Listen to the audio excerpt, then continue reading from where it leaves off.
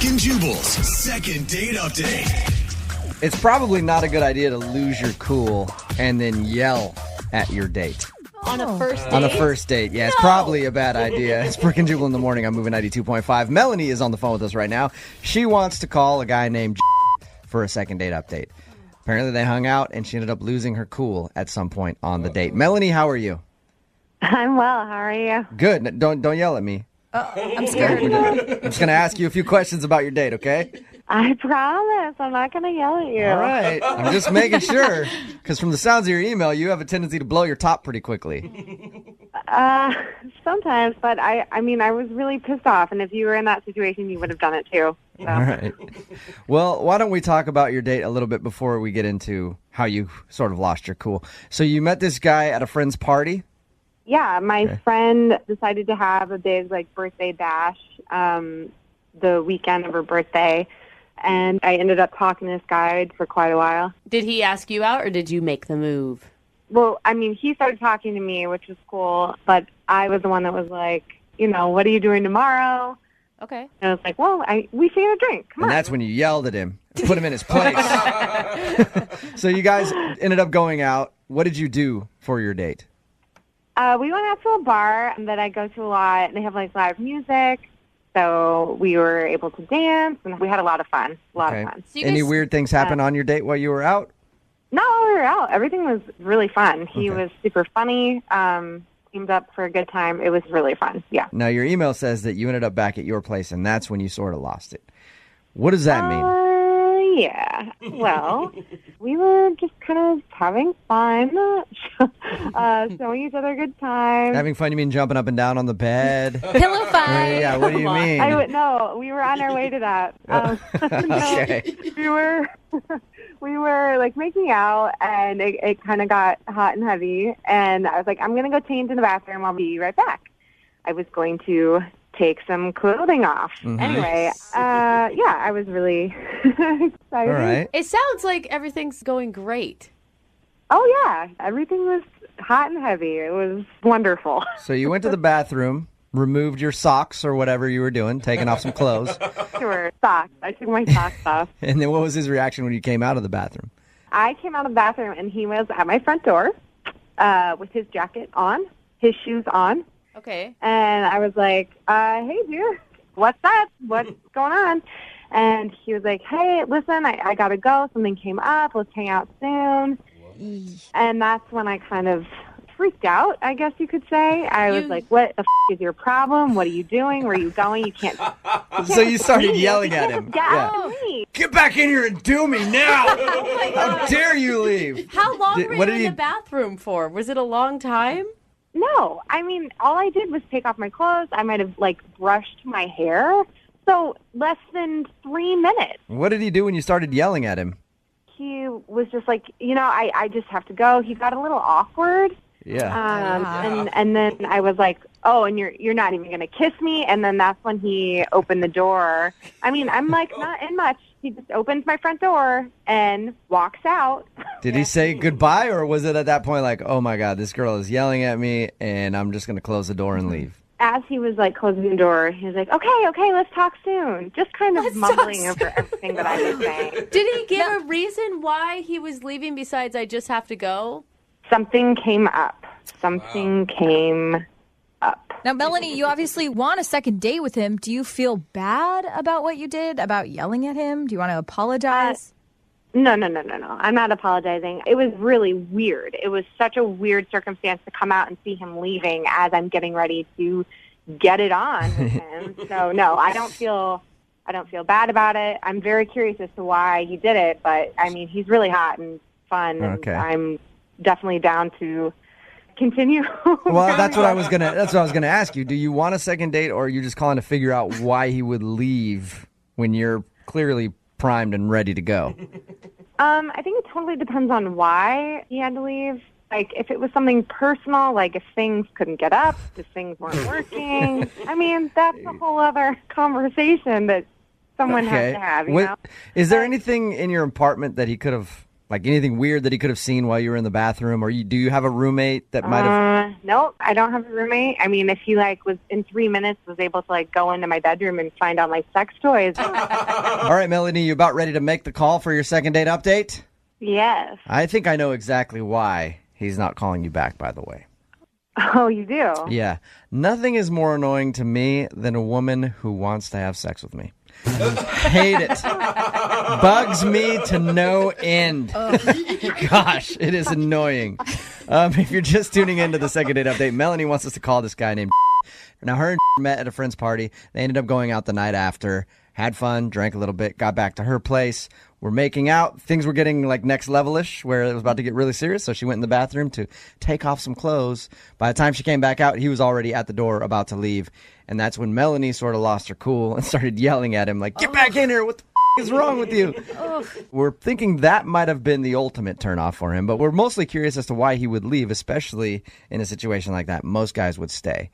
At the end of these things, after I get you guys both on the phone, I always go, hey, do you want to go on a second date? Do you want me to ask for a second date, or do you just want me to go, hey, I'll pay for you guys to get a hotel room so that Melanie can get her needs met since you left the other night? No, I would love to go on a second date. I think that'd be really fun. If he wanted to take things slower, I'd be down to try and get back. You're down with whatever. I like you, Melanie. You're not afraid to say what you want. I like that. I wouldn't have ran from you. That's all he wants. Melanie, if you're not, I can just have him send a picture and you can do your thing by yourself. Whatever. We will get you taken care of here, Melanie. All right. You about ready to call him? Okay, I appreciate that. All right. Here we go. I'm going to dial the phone number right now.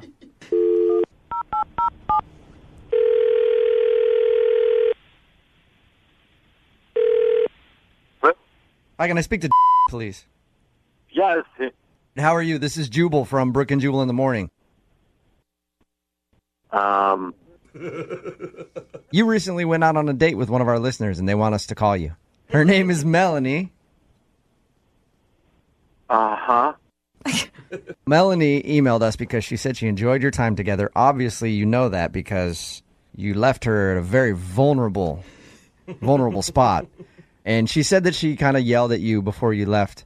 Mm-hmm. Is that the reason that you're not calling her back, or was she moving too fast for you? I don't want to talk about this. Okay. Is it something embarrassing? Really, I could get in some trouble. Get in trouble? What? Hey, look, I don't need you to say much. Melanie just wants to know why you would leave. If you can do us that favor, that's cool. We'll get you off the phone. I appreciate you at least talking to us. But Melanie is really curious because she liked you, and she's wondering if she did something to make you feel uncomfortable. She wants to say, I'm sorry for that, and she actually would really like to see you again because she thought you were a cool guy. Okay, if I say anything or if you guys are going to use this, I need you to bleep out my name. You want us to not use you want us to bleep out your name. What? Yeah. Because I want to be fair to Melanie and everything. Yeah. Okay, that's fine. I can promise you that we'll bleep out your name when we actually air this. Okay. So what's the reason that you don't want to call Melanie back then? Man, the thing is, I'm married. What? I have a wife. Yeah. You're married. You Yeah. What the hell are you doing, dude? Okay. Oh, no. Oh, my God. Hey, that's Melanie. She's actually on the phone. And Oh, yeah. Dude. Oh. Listen, I was trying to do the right thing, Oh, my God. You're disgusting, dude. That's so awful. I know. It was the wrong thing to do. It was bad, and I wanted to get out of there before I did anything that was worse. And the only reason I'm talking to you now is that I feel like trying to be respectful to you and...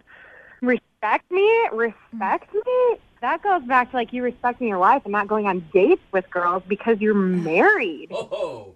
Listen, my life is a little don't complicated say right now, respect. Melanie. I'm trying to do the right thing with this, I think you're failing at it, so... Well, hey, at least he didn't finish the deed, right? No. I mean, not what? right. So, There's so, no at Jared, least. so, Jared, what happened? It's not like we slept together and then I never called you back or anything like that, So, take me through your thought process then. You meet this girl, at a friend's party and you have a wife, why even go out with her the next day? Things with my wife and I are just not in the best place, but there hasn't been like the physical intimacy that we used to have, and marriages are hard sometimes, and we're going through a hard time. And Melanie, I'm really sorry. I'm really sorry for your wife. I feel awful. I feel awful for your wife. I feel sorry for you that you are who you are. You're an awful person. Oof. Well, that's an awful lot of judgment, but you don't really know the whole story about things. So. Dude, Yeah. not only did you not do the right thing, but now you're making Melanie the side piece who's involved in this horrible situation. Like, why don't you just stay home and try to actually work on your marriage, dude? Exactly. There's too much tail out there. Why do it? You say you're having a hard time, but what are you doing to try to make it better? Well, I mean, that's a lot of personal stuff that I think doesn't have to do with the situation with Melanie Yeah. here. Yeah, weasel your way out of that one, too. You're really good at that. Right. So you feel bad, and Yeah. you just wanted to let Melanie know. Yeah, it's nothing about her personally. She's great, and if I was single, I absolutely would have stayed. Ew. Ew. Ew. Well, at this point, I'd like to ask if you guys would go on a second date. Ron. Hey, Do that. I have to do it every No, you time. don't Yes, have to do I it. have no choice. Yes, you have lots No, of I don't have choices. any choice. This is what we do at the end of second date updates. This is so Would you like to go out with Melanie again? We'll pay for it. Yeah, I can answer for both of us there. No. No? yeah. Good You choice. sure, Melanie? God, you're such a Oh, slime I ball. think I'm pretty sure. I'm All pretty right. set. Hey, thank you for at least being honest with Melanie so she knows why you left. Yeah, Melanie, again, I have to say that I'm really sorry about this, and if things don't work out for me in the future, do you think I could give you a call, like, down the line a little bit? Yeah. I changed my number, though. It's 1-800-GO yourself. Brooke and Jubal in the mornings. Second date update. The guy on the phone for a second date update today seems to know why his date went wrong. He says it's because he kind of catfished her. What? Not really, but he kind of catfished her. Is there Yeah, I'll- a kind of that? I'll let him explain. Daniel, what's up? How are you? Hey, how you doing? Not too Yeah. bad. So you sort of catfished your date? I guess you could say that. I Oh, met her no. on a dating app, and we ended up going out to lunch. I guess the background real quick is just that I am about 60 pounds heavier than, like, my photo on there. Oh, Okay. okay. So you've gained some weight since posting your photo, or you chose a skinny photo to post. Well, I actually gained a bunch of weight because I had to move back home with my mom. I mean, that's like a long story, but she's just like heavy butter cooker, like just Yeah, right. Mom's I fault. feel you Right. on that. I do too, though. Yeah. I always gain weight when I visit my Uh-huh. parents. But you didn't update your picture with the weight gain. Well, the thing is, I didn't want to post a picture of me like heavy. Just that would not be getting me very many swipes. So I just figured that I would be getting rid of that weight, which is what I told her when I met her. And it's true. Like, I've been on a diet, like no carbs, just like trying to get rid of this weight, and that I'm not gonna look like this in a few months. Okay. I get that. It's like Okay. the same reason I keep my skinny jeans, even though I can't fit into them. Eventually, they'll Someday. still work. Exactly. All right. What's her name, by the way? Her name's Kristen. Kristen. Okay. And you said that you explained that to her, so obviously you felt self-conscious when you showed up. You're like, I know I'm going to look different than my picture. Yes. So I was pretty upfront about that, and that seemed to be okay. What was her reaction? It was chill. Like, she wasn't like mad, and she didn't seem genuinely upset. Maybe a little surprised, but Yeah. it seemed okay. She didn't like body shame you and walk out of the.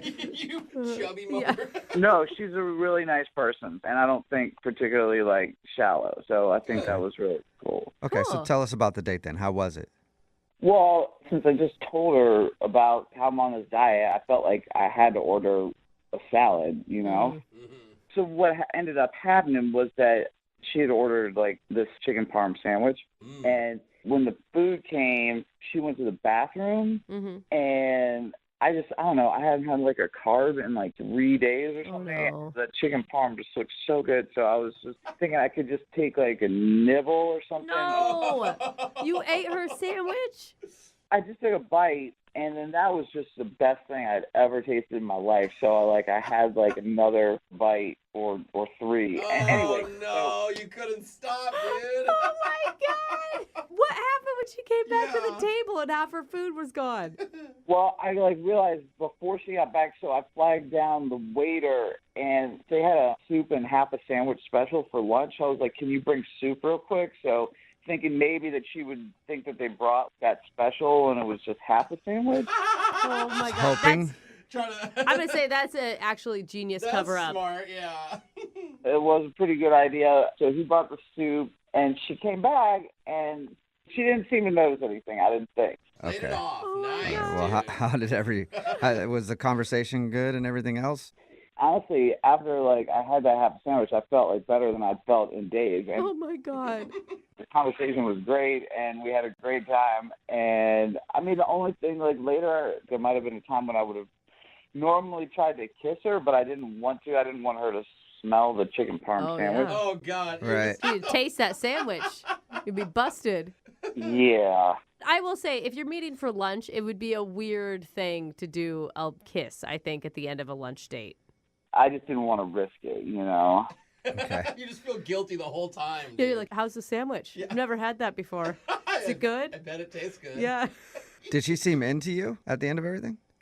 It just seemed like a nice time. I mean, that's why I'm trying to see what might have happened. Yeah. I thought she would definitely be responding to me. Like I said, she seemed like a nice person, but she's just totally ghosted me, and Okay. I'm kind of trying to figure out what part of it. Maybe she figured out that you ate her sandwich. I'd be Yeah. pissed. Do you know how pissed I'd be? Yeah, I can imagine. I just hope that that's not it. Okay. Well, we'll play a song and then come back and call her and get your second date update, all right? Okay. Okay, hang on. Moving 92.5. Brooke and Jubal in the mornings. Second date update. If you're just tuning into today's second date update, Daniel is on the phone and he thinks he might not be getting a call back from a girl named Kristen because he met her and he was actually 60 pounds heavier than his profile picture. Because apparently he lived with his mom for a little while and gained a bunch of weight because his mom likes to cook with butter. That was his excuse. So, but also he ate half her sandwich too on the date. So we're about to find out if either one of those is the issue. All right, Daniel, you ready to give her a call?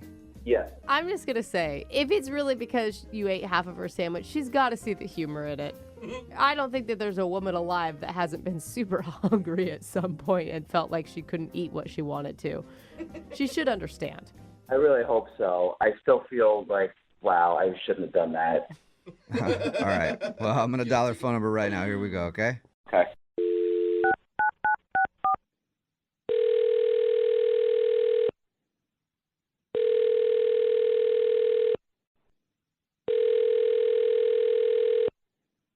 Hello.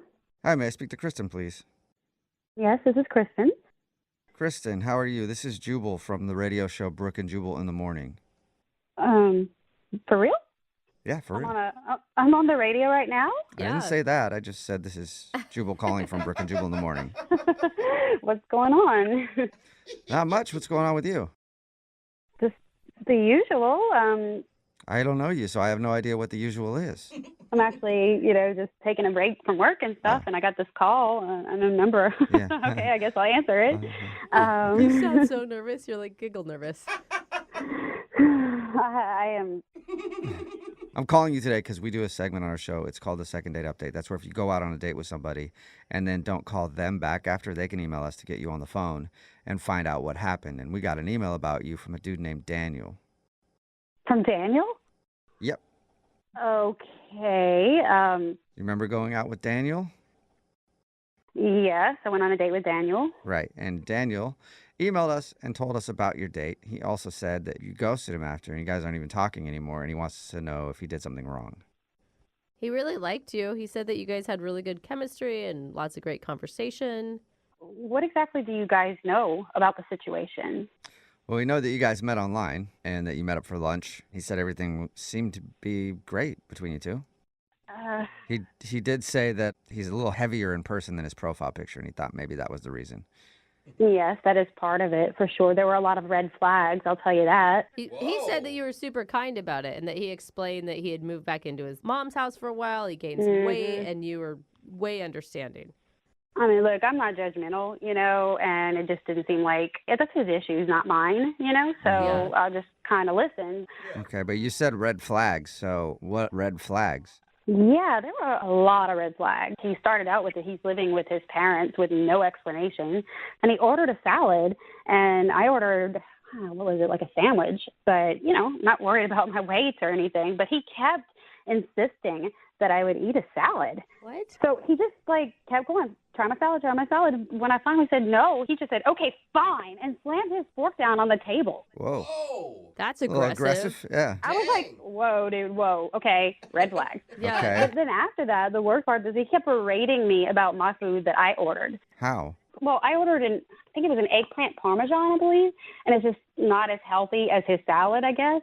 So he just kept going, that's unhealthy. Do you know how many carbs are in that? Do you know how much calories are in that? What? And I'm like, just let me enjoy my half a sandwich. What the heck? The guy who shows up 60 pounds heavier than his picture is food shaming you over what you should and should not be eating. I don't know. Maybe he was trying to make himself feel better because he wasn't allowed to have it, but it didn't come off well to me. Oh. Yeah, I didn't even get dessert because I already knew what was going on, and I said no. And he pressured me to get the cheesecake. What? He pressured you to get cheesecake? After all that? I don't know if he was upset because he started to cry and walk away. No. Wait, He cry didn't cry because you wouldn't order the cheesecake or because it was coming and he didn't eat any? Because I wouldn't order the cheesecake. At this point, I was like, no, he's just going to shame me while I try to eat my cheesecake. I want to enjoy it, But when he started to cry and walk away, I was like, very confused. Like, is he coming back? Is he skipping out on the bill? But he came back and he paid the bill.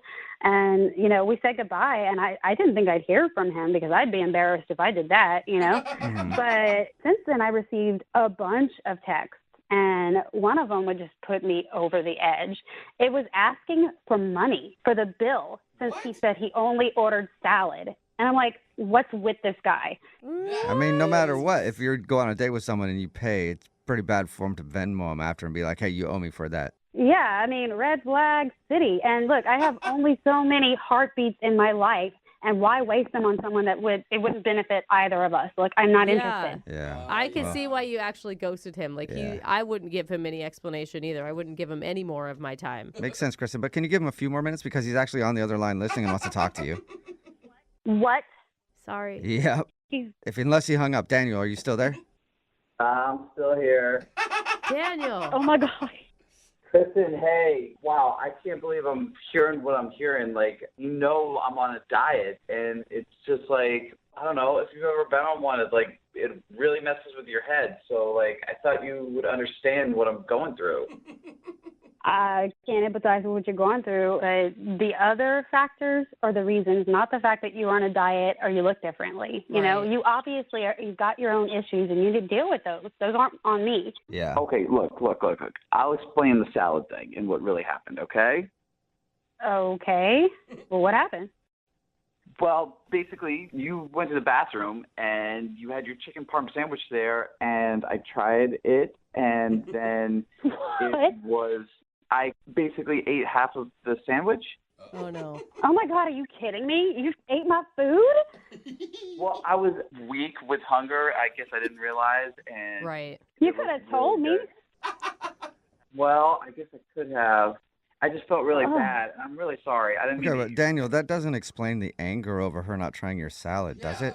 Well, I just felt so guilty about the sandwich that I just really wanted her to eat the salad, and then I would just feel like we were even, Okay. So you got mad at her. Oh, my God. Because she didn't make you feel better because she didn't eat any of your salad. Well, I didn't get mad at her. It was just like the hunger, like the low blood sugar. Oh. Like I was like hangry. You know what I mean? The hunger got mad at her. Did the hunger make you cry over dessert, too? Yeah, what was that? It had to be. I mean, like I must have a severe low blood sugar count. Dude, you cannot blame being a total a-hole on your date on just being hungry.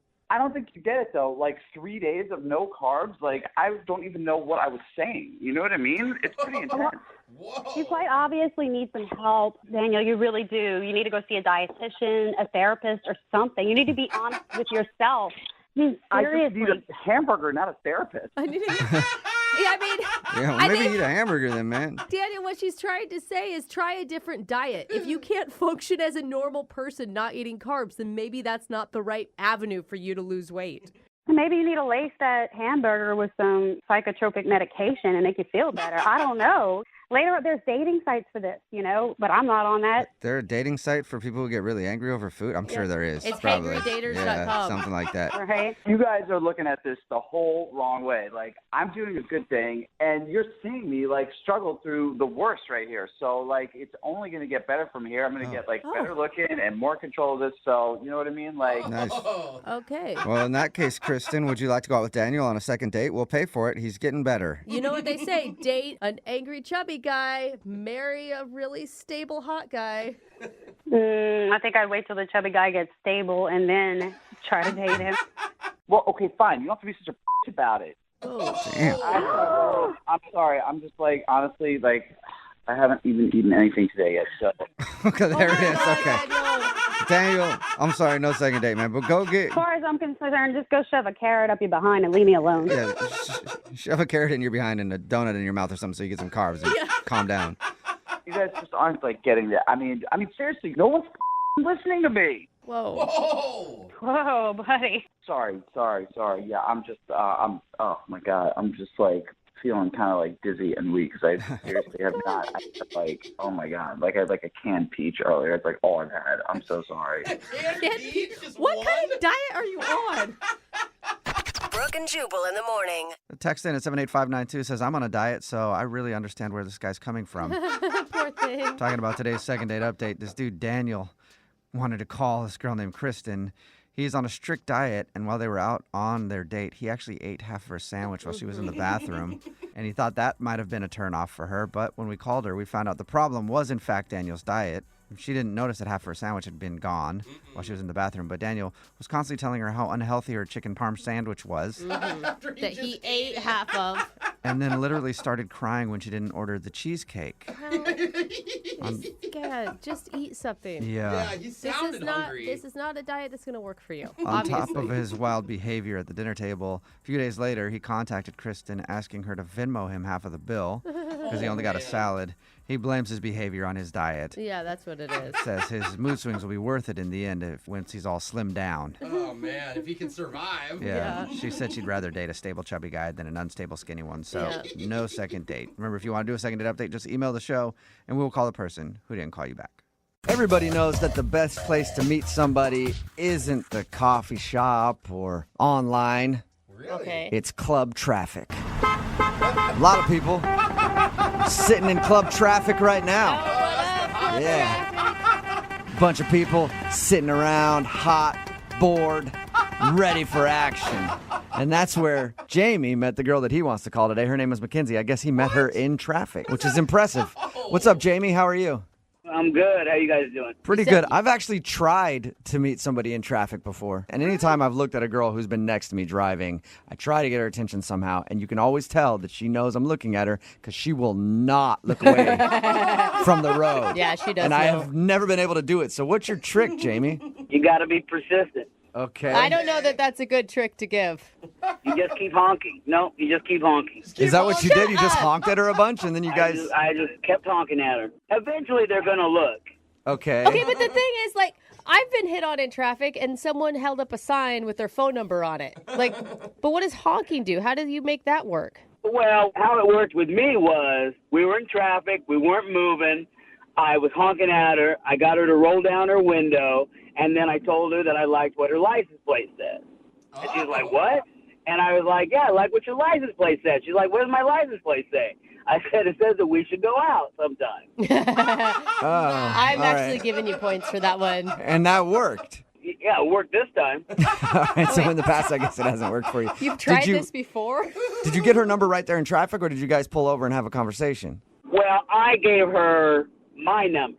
Okay. I shouted my number to her, and then she texted me. All right, cool. Okay. So what did you guys actually do when you went out? Well, we went to a bar, had some drinks, some appetizers. We were just getting to know each other.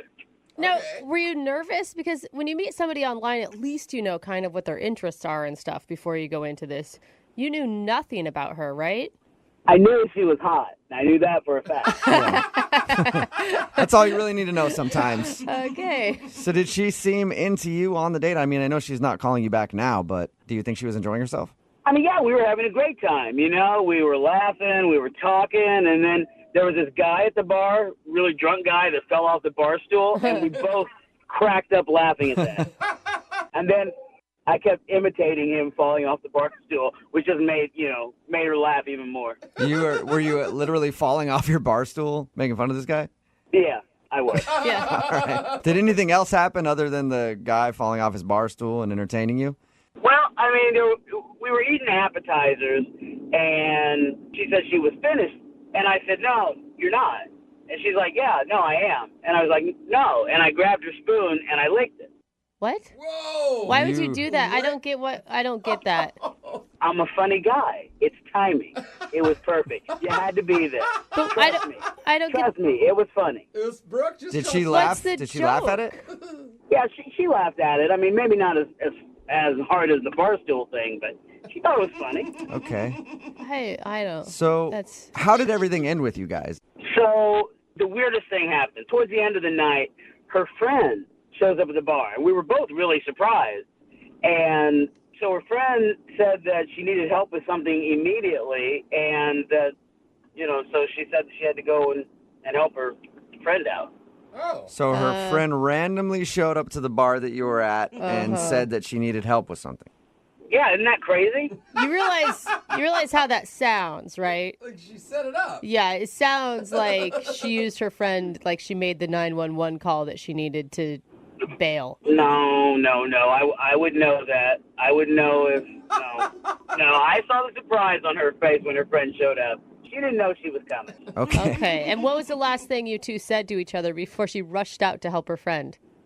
I just said, hey, I'll text you. She said, yeah, see you in traffic. See you in traffic? All right, that's not exactly like, yeah, I can't wait to go out again. You realize that, right, Jamie? That was a joke, about how we met. How many times have you tried to get a hold of her, Jamie? Ooh, let me see, about 4 times. 3 or 4 times. that's And not have you too heard much. anything back at all? I have not. So why do you think she's not calling you back? Well, I don't know. I mean, maybe she's busy, or maybe she found somebody funnier, which I doubt is possible, but, whatever. All right. Yeah. Well, we'll play a song, come back, call her, and get your second date update, okay?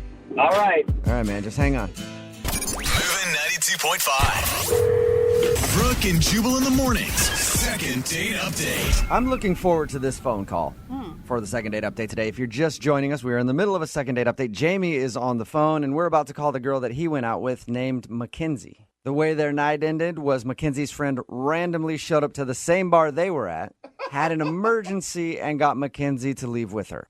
And Jamie is convinced that it was all just a big coincidence. We all say that she obviously texted a friend of hers to come to the bar and rescue her because she wasn't enjoying the date. Jamie, are you ready to find out if she did set that whole thing up or if you're right? She did not set that up. Okay. Are you sure?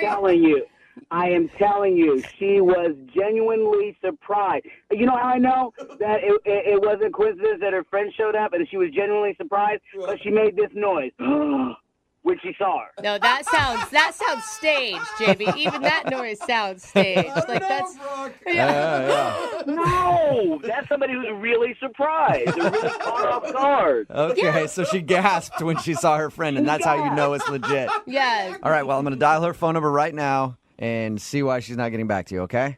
Okay, let's get to the bottom of this. All right, here we go.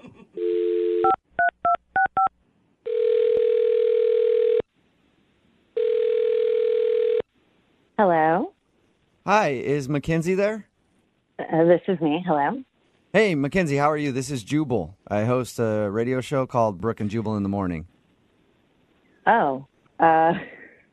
Okay. Hi. Why are you calling? Hi, Mackenzie. Well, I'm calling because one of our listeners actually sent us an email about you. Oh, that's weird. It was somebody who is a big fan of yours and would love to hang out with you, but you're not calling him back after you guys went on a date. Oh. Have you been on a lot of dates recently, or? No, not really. I think I know who you're talking about. Yeah. Wonderful. Is his name Jamie? Yeah, that's him. Yeah, Yeah. you got it right.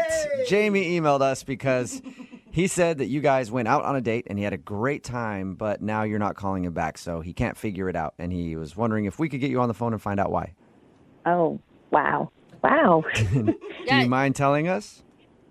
I don't know. Kind of weird date, I guess you could say, in the category of weird dates. Really? He seems a little strange. Yeah. What was the weirdest thing about Jamie?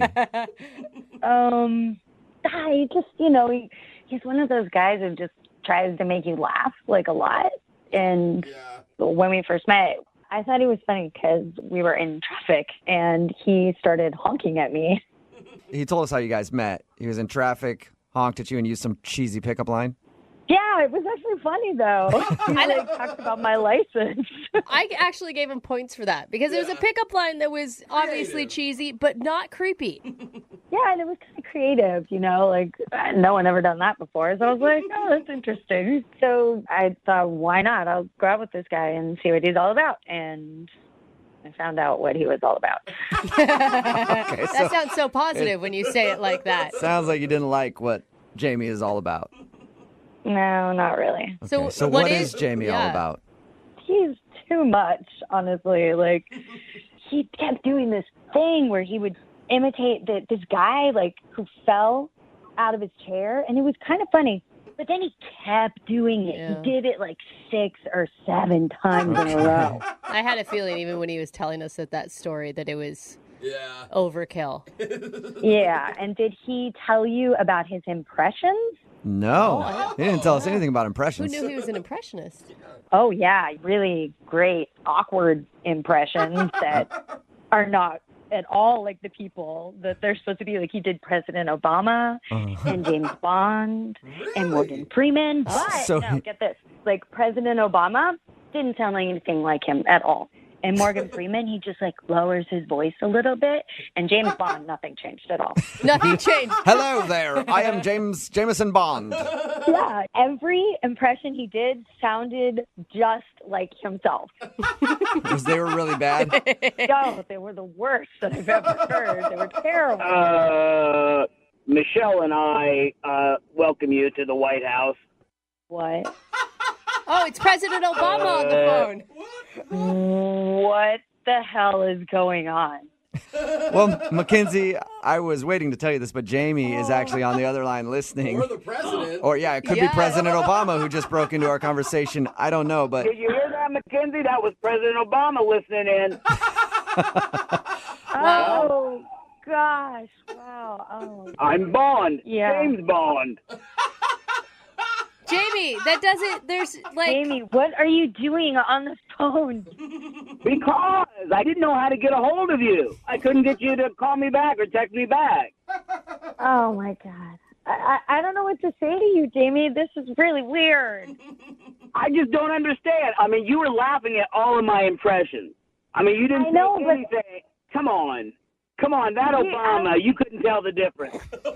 No, it's not about any of your horrible impressions. It's about the whole night and how you didn't stop. Kept going. Right, I didn't stop because you were laughing. Why would I stop? You were laughing. I was trying to be polite and nice. No. No. Jamie, yes. She's saying Jamie. it. How can you say no and disagree with her when it's Mackenzie herself telling you this? I know genuine laughter when I hear genuine laughter. She thought I was funny. Yeah, but Jamie, the point of a first date is to get to know each other, right? So if you're on the whole time, Mackenzie doesn't ever get a look at who you really are. Exactly. Do you know who this is? The penguins are marching along the ice. Huh? What? I don't get it. Hey, Jamie, who was that? Come on. It's Morgan Freeman. How is that Morgan? Oh, the penguin. What? Got it, Jamie. You know what? I recognized the voice because I was like, dude, I know where it's from. It was just on the tip of my tongue. Oh, my God. Right? right? It's Morgan Freeman, huh? Huh? Yeah. Jamie. And he's always doing that at my the end of his God. sentences, going like, eh. Jamie, that is like, has anyone ever told you that you're good at those in your life? I don't have to have anyone tell me. I hear their laughter when I do them. That's how I know they're funny. Oh, man. That's, man, you don't get it. Just keep doing you, man. You know funny. Oh. I do know funny. And Mackenzie knows I was funny. There's just some other reason she's not telling you the truth. Yeah, that's Really? it. So you're Mackenzie's saying a that liar. Mackenzie is lying to us and using the fact that she didn't think you were that funny as an excuse. Yeah, so Mackenzie, what's the real reason? Come on. I don't think you can handle the truth. No. I can handle the truth. Hey, who was that? Who was that? We don't know. I'm not, no. Okay. You can handle the truth? Come on. I think it's you can't even. Okay. Come on, it's Jack Nicholson. Oh. Like you didn't know. Come on. I Yeah. know. Hey, Jamie, we're just all liars. everybody's kind of screwing with you right now. Your impressions are really You good. are so evil, Jubal. You're doing a great job. Why are you feeding that? I didn't- hear the laughter. So obviously I'm funny and good. Exactly. Like every time you do it, we're cracking up. Exactly. All right. No. Before we let this whole thing come to an end, I do have to ask Mackenzie something. Mackenzie, would you like to go on a second date with Jamie? We will pay for it. Jamie and all of his personalities. I would love to go out with somebody else, anybody but Jamie. Oh well, how about you go out with Stewie, a baby? Family. What? That's Stewie from Family Guy, isn't it, Jamie? Yes, you got it. Yeah. Spot on, Jamie. You are impressive, dude. Hey, we're going to keep your phone number in case we ever need to use you for something, all right? That's awesome, but hey, it's not free. Hey, Oh, you're dude, charging. for the type of work You're that you do, charging we'll for pay that. for that voice work. Don't worry about it. You're good. Mackenzie, thank you very much for your time. I appreciate it. Yeah. Jamie, you take care, man, and don't worry. You're going to be okay. Hasta la vista, baby. Oh, my gosh. Yes. Arnold Schwarzenegger. Wow. See, you got it. Brooke and Jubal. Brooke and Jubal's second date update. We get emails from time to time from people who want to do second date updates, but they're scared to use their name for whatever reason. They want to remain anonymous, like the guy on the phone for today's second date update. Won't even tell me what his name is. I said, fine, we'll give you an alias. How about Farkley as the name? And he said no. He just said he didn't like the name Farkley, Yeah, because he sounds like a golden retriever. but we can call him Dennis. So, quote, Dennis is on the phone, end quote. What's up, Dennis? Hi there, guys. How are you Hey, doing? Good, man. First of all, why the alias? Why don't you want us to use your real name? Well, I just prefer not to have that information out there. It's a public forum here on the radio. I, just prefer to keep it secret. Dennis, can I just ask you right off the bat, you're not married or anything, right? No, I'm not. I'm willing to say that. I'm not married. Okay, you're not married. Good. So why don't you tell us a little bit about the girl that you want to call today? What's her name? Well, her name is Kathy. Is that her real name or a fake name? I'd prefer not to say. That's the name I'm giving you. Well, I'm going to have to call her, so I'm hoping that's her real name. She's like, Kathy's not here right now. I don't know how to help you. Well, fair. She'll respond to Kathy. Okay, so Oh, it's her name. right. Okay, all right. Where did you meet Kathy? Or can we know that? I met her where she works. Okay, and where does she work? It's a store in like downtown area. Okay, and do you work at said store as well, Dennis? I would rather not say. What are you going to answer for us then? We would like to get a little information from you. So far, you've told us that you met a girl whose name could possibly be Kathy. We don't know your name, and you won't tell us where the store is or what you do there. Well, I understand, just too much information might compromise myself or Kathy, so, I will do my best to answer as much as I can. Okay. Well, we're going to try to get to the bottom of how your date went, at least. So, did you strike up a conversation at the store and then ask for her phone number, or is that asking too much? Well, I'll say this much, that I did meet her, I did speak with her, and I found her to be attractive, certainly, and also very unassuming. I felt like she wasn't a threat. She wasn't a threat. What are you? I have to be cautious. That's all. I really have to be cautious. Okay. So what did you guys do for your day? I think probably know the answer, but what did you guys do when you went out? We went to a place and had a conversation. Can I ask what type of place it was? I will tell you it was an eatery of some sort. An eatery. Eatery. Okay, I mean, So you ate food. Are you able to open up to Kathy and just not us? Like, at least on the date, you had real conversation? Honestly, I'd rather not get into the specifics of that. I will say that we had a conversation, and I found it to be engaging. I'll say that. So did you have a good time? I feel like you can tell us that without too much information. I will say that much. We did. I thought it was I thought we had a good time. Okay. We got a solid answer. Ooh, we figured out something. So you went out with a girl that you met somewhere, and you went somewhere. You ate that something maybe possibly. had food, and then you enjoyed yourself. Yes, that's all correct. Okay, so what do you think went wrong in your very vague date? I will say that I didn't notice anything in particular that might have gone wrong. At the end, we did go back to her place, and I did try to kiss her. Okay. But she said to me she didn't want to kiss. And I remember she said specifically, "Let's save it for next time." And I'm sure that's what she said because I made sure to write it down. What? You wrote it down? Like in your diary or what? Well, I wrote it down when I got back to my car. I had a notepad in my car. I wrote it down. Okay. That so is she said, weird. "Let's save the kiss for next time," meaning she probably was hoping for another date with you. Yeah. Well, that's what I thought. Yes. Why are you writing down what people say? Well, it's a good tool for remembering conversations. You never know when you're going to have to recall what happened. I try to keep a good record. Right. You You never know when you're going to be calling into a radio station to do a second date update, but not giving them any information other than what the girl said to you at the end of the date. I'm sorry, guys. I know it sounds ridiculous that I can't say very much, but look, I listen to you guys faithfully every day. I know you guys are very funny and find you very helpful. And, I was hoping, granted, I know I'm cautious, but I'm hoping you can help because, honestly, you're basically the only ones that we can trust. We meaning That is- like the royal we, like you are calling yourself we, or you and her? Yeah, I'd rather not get into that, but Of course you rather wouldn't. but I will say that you guys have no motivation to put us in harm's way. So that's, I feel No. I feel like I can trust you. Not at all. I want to get you a second date. I'm just hoping this works out because I have no information.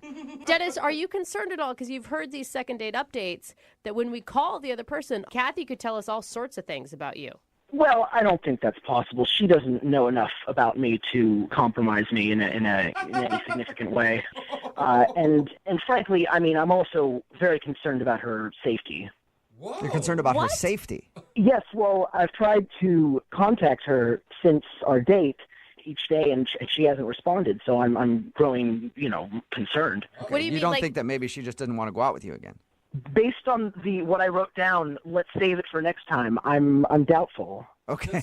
Wait, what could be the worst case scenario here? Like she's kidnapped? Well, I'd rather not go into the specifics of that, but I'll just say it could be bad, and I'm hoping that you will be able to get her on the phone. Okay. Well, we'll play a song, come back, and then we'll call her and get your second date update, okay?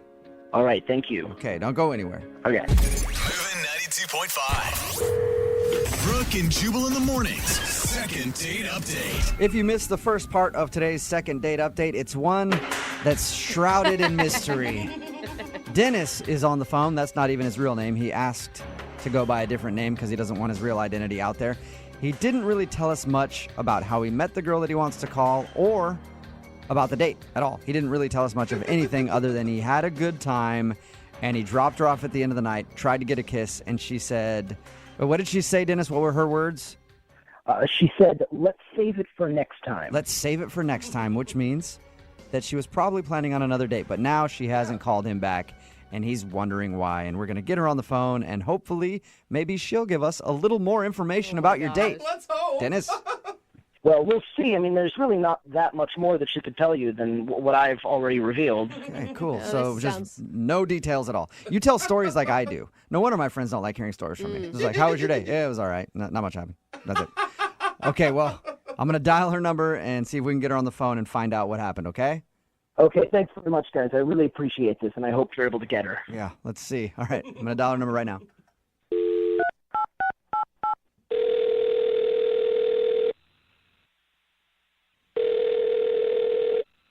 Hello?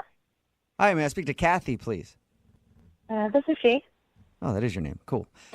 What's up, Kathy? How are you? My name is Jubal from Brooke and Jubal in the Morning. Oh, I'm good. I'm sorry, who is this? This is Jubal from Brooke and Jubal in the Morning. It's a radio show. Oh, sorry. Can I help you with something? Yeah, you can. We actually got an email about you from one of our listeners. And this is going to be hard for me to tell you who it is because I don't really know much about him or what you guys did together. But apparently you went on a date with somebody who listens to our show. Okay. And now you're not calling them back for another date. Okay. Who was it? Well, he wouldn't tell us his real name, but he's going by the name of Dennis. So did you go out on a date recently with like more than one person? Well, I mean, you don't have any other information than that? I just know his name is Dennis. That's what he'll let us call him. He said that he met you downtown and that you guys went to eat. Somewhere. And that he tried to kiss you at the end of the date. The only details that I have is that he tried to kiss you at the end of the date, and you said to him, let's save that for next time. Okay. All right. So you're talking about... I knew you would give too much information right off the top. Yeah, I mean, I don't know anybody named Dennis, but I do know somebody that sounds familiar to what you're saying. That the guy told me his name was not Dennis.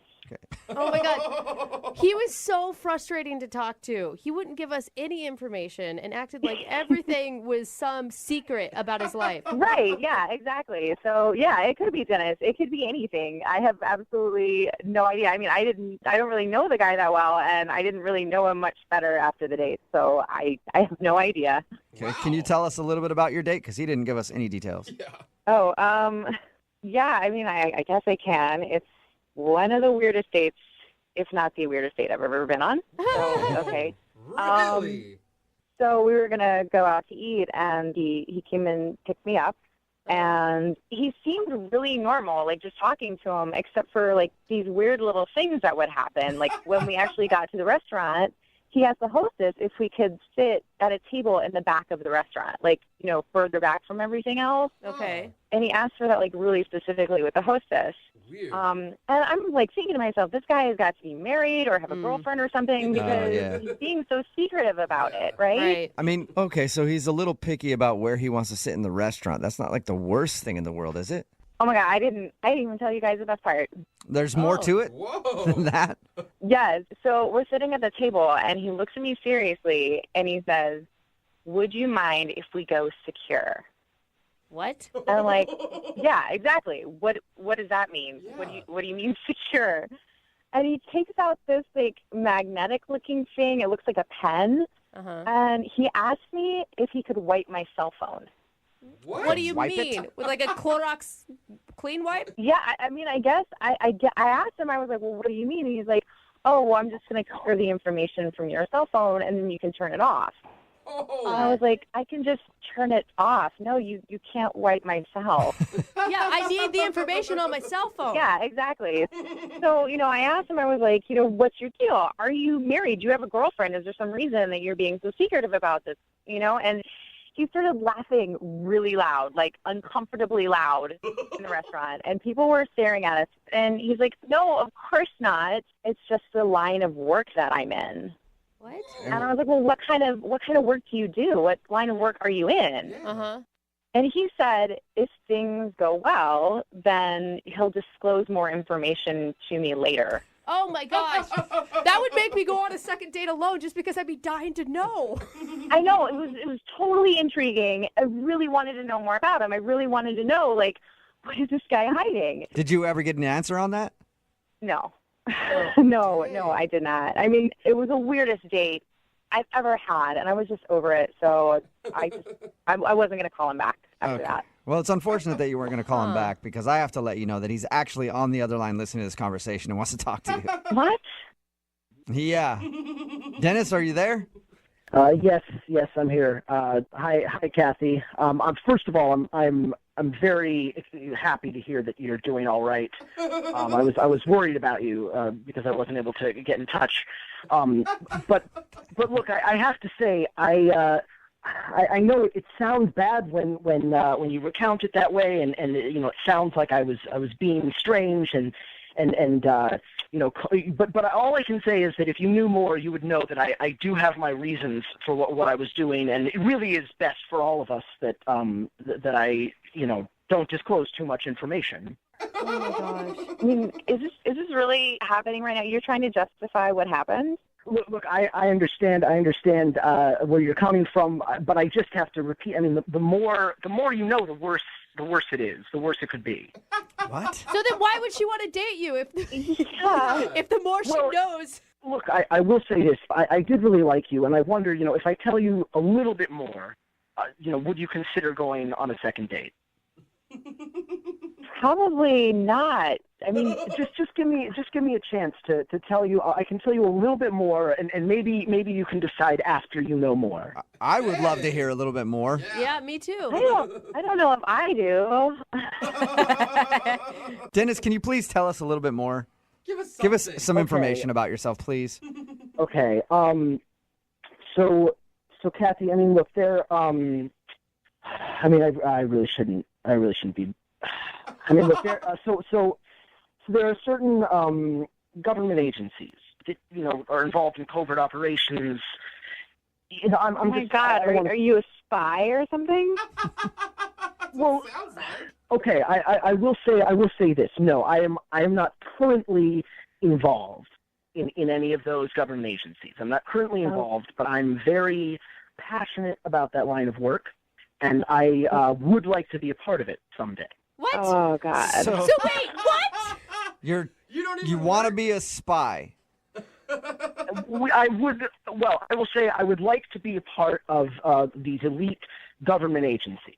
Okay, that's not the way you do it by pretending like you're a spy right now. You I don't know, join the armed forces and go through training and maybe go to college. Why do I have a feeling he's living in his mom's basement? Yeah, he's like some internet hacker. I've done a lot of research, and it involves a good deal of self-control and a certain style of living, and I'm just sort of preparing myself for that now to make sure that I'm ready. So weird. Dennis, have you had any interviews with any of these government agencies that you're hoping to one day be a part of? I really can't. I can't reveal that. I mean, yes, you can actually, Dennis. You can reveal all of it because nobody cares if you reveal that information, not even the government. Well, I mean, you can think what you want on that matter, but that's why I'm in training for this, and you're not. All right. Well, Dennis, I'm going to ask the question to Kathy to see if she'll give me an answer. Kathy, would you be interested in going out with Dennis again, a second date with a spy in training? Maybe you can learn a little bit more about him. We'll pay for a second date. No, that's okay. I think so. But think about how you could brag to your friends about how you're dating a pretend spy. Yeah, I hear you guys laughing, and I understand. You might not understand what I'm dealing with, but I am confident that someday I'm going to have the job that I want. And Kathy, I'm glad to hear that you're okay, first of all. But I also, I'm disappointed that you don't want to do another date, but that it is part of the life that I've accepted. Part of the job. What you sign up for when your name is maybe Dennis and you're taking girls out on dates. It's not very easy, is it? It's true. It is a hard life, but I've chosen to accept it. Doesn't even get it. Brooke and Jubal in the morning. Text in at 78592 says that guy probably works loss prevention at Walmart. It's Brooke and Jubal in the morning, talking about today's second date update. If you missed it, Dennis and Kathy went out on a date. And if there's one thing we know about women, they love mystery. But maybe Dennis was too mysterious. Way too mysterious. Because we got Kathy on the phone and we found out that during their date, Dennis asked her to completely wipe out the information on her phone. Mm-hmm. And was being very sneaky about his job, almost shady. But Dennis admitted that the reason he behaved that way was because he was trying to become a spy. Mm-hmm. And he has no affiliation with any sort of government entity or anything yet, but he will be a spy someday, and he's trying to become a spy, so he operates that way and wanted her to wipe out her phone and so that they would never be seen together and all that other stuff. She said, annoying would that be? Yeah, it'd be so annoying. I like the text that came in that says, the day he becomes a spy, I'll be an Avenger. Yeah. She said she didn't want to go out with a pretend spy, so no second date update. Remember, if you want to do a second date update, all you have to do is email the show, and we will call the person who didn't call you back. You probably don't realize this, but whenever we do a second date update where a couple actually agrees to go out again, not only do we pay for their date, but we always send them follow-up emails to see how they're doing. Yeah. And most of the time, they don't respond back. Sometimes they'll tell us they never went on the date and they just took us for the free gift cards. Oh, come on. Which is fine. It's what we Whatever. would do if we were in that situation. Yeah, you're right. But very rarely we'll get a reply with a genuine update, and we'll talk to them on the air about it in what we call a second date update. God, we're really creative with these titles. I know. I know, right? And now we have another couple who actually reached out to us, Rachel and Josh. If you're not familiar, Rachel was the girl who lost her cat. Jog anybody's memory yet? Oh, yeah. And the dude got hurt. Yeah, Yeah, and Josh he got, hit by a car or something. bravely went to go help her look for it. And while he was out searching, he got hit by a car and had to go to the hospital. And that's why he wasn't calling her back. And she had no idea that had happened. She had no idea that he even went to look for her cat. A lot of our listeners are probably familiar with that one. But if you're not, we're going to play it for you right now. And then after, we'll get an update from Rachel and Josh on what has happened since he was hit by the car. Oh, dude, this has been killing me. I hope he's out of that coma. I'm kidding. Here we go. Here's that second date update right now. And then we'll talk to them right after. 92.5. Brooke and Jubal's second date update. People often say that romance is dead. Well, not today. Oh, good. Not when you hear today's second date update. Rachel is on the phone, and today she wants to call a guy named Josh, and they actually met in the most romantic way I've ever heard of anybody meeting each other. You better not be being sarcastic because I do not want to be disappointed today, Jubal Flag. Not one bit. Okay. Normally I joke about this kind of stuff, but this story actually really tugged at my heartstrings. Wait, you and have I thought those? it was a beautiful way to make a first connection. Rachel, how are you? Hi, I'm good. How are y'all? Not too bad. I can't wait to I'm hear your really story. excited for you to share your story with everybody. Tell us how you met the guy that you want to call today. So I met Josh. Actually, wait, hold on, Rachel. Let me give you some music to set the mood first. Rachel, Oh, yeah, I like that better. why don't you tell everybody how you met the guy that you want to call today? So his name is Josh, and we met at a moment when we were both really just raw and vulnerable. Whoa. We were puking off the same balcony. Shut up! I knew you were What? toying with me, Jubal. I What knew a it the whole time. Wonderful Damn it. story of how love can overcome all things. And I just want to say I'm not proud of this. This is not a story that I really am proud to share. So but, you're not going to retell it at the wedding if it gets to that point. maybe not. Maybe this will be a secret. Okay. So how'd you guys meet? Did your streams cross or... Oh, God. He asked for a napkin. Maybe he needed to hold your hair back at the same time. No. Okay, listen. I'm normally a lightweight, and I really wouldn't get this drunk at a party, but it was my roommate's birthday, so, what are you going to do? And I felt like I was, feeling really queasy, it wasn't about to happen, but I really felt in my heart that it was going to happen soon. See, you felt it in your heart. That love was about to come from your stomach and out of your mouth. Would you rushed over to a man to meet him real quick before you started vomiting? No, come on. I went to the bathroom. I tried to get in the bathroom, but somebody was in there. Uh-huh. So it was just the only thing that I could think to do was to run outside, and I leaned over this balcony, and I, just puked my guts out. And, I'm so embarrassed. And then I looked up, and there was this guy right next to me doing exactly the same thing. Oh, my gosh. And we locked eyes, and it was so romantic. Shut up. No, it was pretty gross. Did you, immediately strike up a conversation hey, what are you doing out here, too? It was kind of sweet. We, started laughing at each other. Yeah. And... It was just sort of this moment of well, here we are. Yeah, I mean, you've seen each other at probably your worst already. God. It's all uphill from that point, I would think. Exactly. You're just praying that one of you has some gum on them? I mean, we didn't kiss that night. Okay. Needless to say. Did he ask for your number or something at that point? So the thing is, like, it was like kind of a funny situation. We started laughing at each other, kind of, and he asked for my number, and I was like, you know, what the heck? And I gave it to him, and all of a sudden we had plans to like, go get dinner and see a movie. And oh my God! So you actually went on a real date? I was thinking that your date was just the balcony moment. No. Real actual plans. Okay, and Awesome. did your other plans involve vom too, or did you guys have a vom-free No. date? We talked about it, and we decided one drink each at the dinner. No matter what. You're capping each other. That's kind of cute, though. So how was dinner? Well, okay, so it actually ended up not even happening. What? Oh no! No. Yeah, got there, started getting all of these texts from my roommate that my cat had been missing, and so I'm like freaking out. Pretty much immediately had to leave right when my food got there. Oh, that sucks. Yeah, but he was super nice, drove me back home, and I felt like such a jerk because I didn't even say goodbye. I like ran out of the car, went inside. Yeah, I know, but I love my cat. Did you find your cat? Yeah, it turned out he was in the closet, so it was like a huge to-do for absolutely nothing. Oh, I'd be pissed. Man, roommate Did with a you block. text this guy or call him and let him know what happened? Yeah, like I tried to call him and apologize for like running off. You know, it's not my fault that my cat got lost, but I can't get a hold of him. It's been like 4 days. I don't know what's up, and I really just like I want to explain myself. Okay. Well, we'll play a song, come back, call him, and get your second date update, okay? That sounds great. I mean, he just seemed like a really cool guy. I don't really want this opportunity to pass me by. All right, we'll do it right after this. Hang on.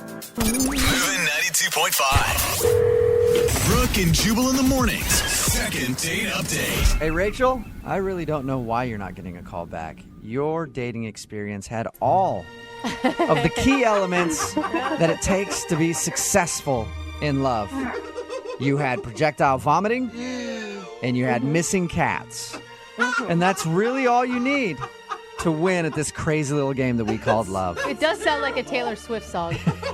If you missed the first part of the second date update, Rachel is on the phone. She wants to call a dude named Josh. They met at a house party when both of them were vomiting on a balcony. They struck up a conversation after and agreed to go out on a date. They didn't really finish the date, though, because when they met up for dinner, at the beginning of it, she started getting text messages from her roommate saying that her cat was lost. So she stopped the date. He drove her home. She ran out of the car, and she hasn't heard from him since. So we're about to call him and find out what could have possibly gone wrong in that whole thing. Detective work. And it seems like if a guy's cool with the vomit part, you think he'd be cool with the freak out on the cat issue. Right? Yeah. So, I mean, I don't think you could have done anything worse than what you started with. That's why this whole thing just doesn't make any sense to me. I really appreciate you guys calling him for me. No problem. All right, I'm going to dial his phone number right now. Here we go.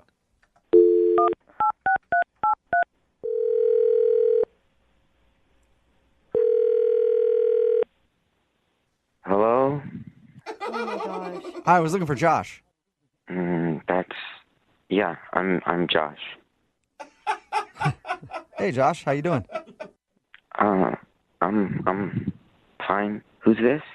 This is Jubal from Brooke and Jubal in the Morning. It's a radio show. All right. Okay. Can I help you with something? Did we wake you up? Yes, you can help me with something. We actually got an email about you from one of our listeners. An email? Yeah, because you actually went out on a date with them, and now you're not calling her back. I'm not. Who am I not calling back? Her name is Rachel, and she said that you guys met at a house party and then went out to dinner, but the dinner had to be cut short because of a missing cat. Oh, the cat. It's that hard to remember the girl that you were puking off the balcony with? Rachel. Yeah. So you remember Rachel? Yes. Did you like Rachel? Yeah. I liked Rachel. I I feel like you don't actually remember, Rachel, the way that you answered that. Sure, I liked Rachel. Oh, that girl. No. I liked her. I did. Okay, so why not call her back? She said it's been 4 days since your date, and you haven't been responding to anything. Oh, no, it's been 6 days. It's been 6 days. Wait, so you've also been counting how many days it's been since you haven't called her back? Well, I kept track of it because that's how long I've been in the hospital. What? What? Oh my God, Are you currently in the hospital right now? No, I just got out yesterday. Oh my God, is that why it sounds like you're on drugs right now? I'm a little bit on some painkillers and stuff. Whoa. Are you what okay? happened? It was such a crazy night. So her cat was missing. Uh-huh. And I remember she was really distraught, so I felt bad. And she got out of the car. So I drove around the corner, and then I decided to get out of the car to maybe look for the cat. Because I thought maybe the cat was outside or around the area. Yeah. So I was looking for her cat, and it was really dark, and I couldn't really see that well. And then a car came and hit me. What? You got hit by a car? Oh my God. Yeah, I got a broken arm, and I got a couple of broken ribs. Oh my God, you're lucky that's it. Dude. Yeah, I've been in the hospital because that happened. So you were going to call her back, but obviously you've had other things going on right now. Yeah, it's just been nuts dealing with all this stuff. Does she know that? I'm so glad you're okay. Yeah, we talked to her. It sounds like she doesn't have any idea that you got hit by a car looking for her cat. I don't know. I've been in the hospital. I don't know what she knows. God, I would feel so bad if I was bad. Rachel. Yeah. I would blame myself forever. Very nice of you to try to find her cat, though. I didn't find the cat. No, you didn't. No, he found a car instead. You definitely found a car. Hey, Josh. Mm-hmm. I hate to throw you under the bus again, but Rachel is actually on the other line listening to this conversation and wants to talk to you. What? Yeah. Rachel's here? Hi. Oh my God. Hi. I'm so glad you're okay. Oh my gosh. Josh, are you there? I feel like it's too many pain meds to comprehend. Yeah. No, I'm here. I'm here. But what? So what's happening? Oh, poor Josh. Oh, you're so sweet. I thought that you weren't calling me back because I screwed up our date. I thought that you were mad at me. She's trying to laugh it off. No, I was in the hospital. Yeah, I know. We heard the sirens when we were looking for my cat, and and that was you. Oh, God. That's so crazy. Yeah, that must have been for me. I'm sorry. No, please don't apologize. Oh my God. Yeah, what are you apologizing for, Josh? I hope the noise didn't inconvenience you. I'm sorry, I got hit by a car, and there happened to be sirens. Oh, I feel so guilty, Josh. I'm sorry. Oh man. Oh. No, it's fine.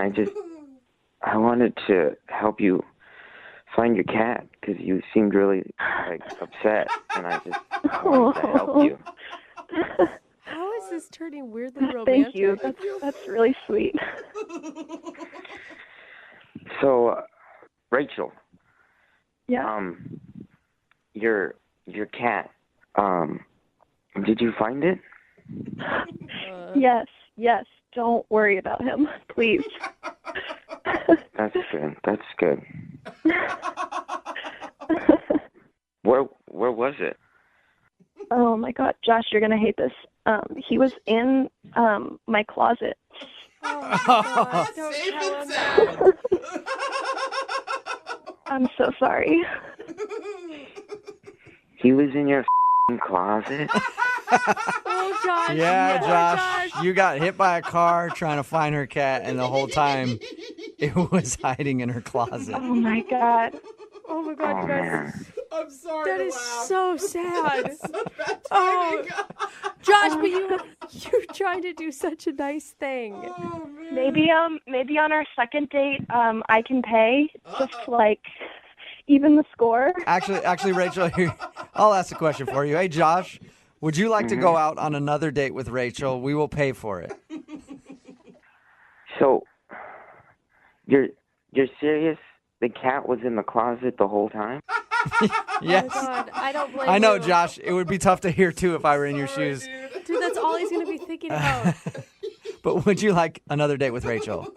She'd love to see you again. Wow, I'm just like, I'm on a lot of medication, and I don't know when I can go out again. Okay. Oh my gosh, Rachel. I can come and visit you, and I'll bring you dinner because I think it's the least I can do, honestly. Yeah, that's close to paying for his Yeah. medical bills. How about it, Josh? Will you let Rachel come over and bring you dinner, and you guys can have another date? Safer. That'd be nice. All right. Well, congratulations, Josh and Rachel. You guys got another date. All it took was Josh being hit by a car. Couple broken bones. Yeah. Thank you guys so much for getting in touch with him. I completely misread all of this. Yeah. I never would have known. And you know what? I think we all learned something here because, Rachel, I started this off by saying, since you two met puking, and then you had the missing cat, I said that was the recipe for true love. I think we found what the recipe is.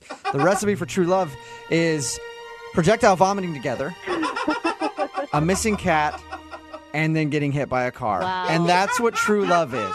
That's all you need in order to have a healthy relationship. Congratulations, Rachel. Thank you. Thank you. And Josh, rest up, man, okay? Yeah, I just in the closet the whole time. Yeah, Brooke and Jubal in the morning. All right, what you just heard was the second date update with Josh and Rachel from 6 months ago. God, I love them both. I do. And now we have them back on the phone to do a second date update. Yay. Josh and Rachel, you guys there? Yeah, hey. Thank you for being on with us again. Hey. Yeah. Oh, of course. Josh, you sound so sober. Yeah, I'm doing a lot better. Yeah, that's, Kick that pain pill habit yeah, that's that you had. good, Yeah. man. Just so you guys know, this was one of the most popular second date updates that we ever have had on the show.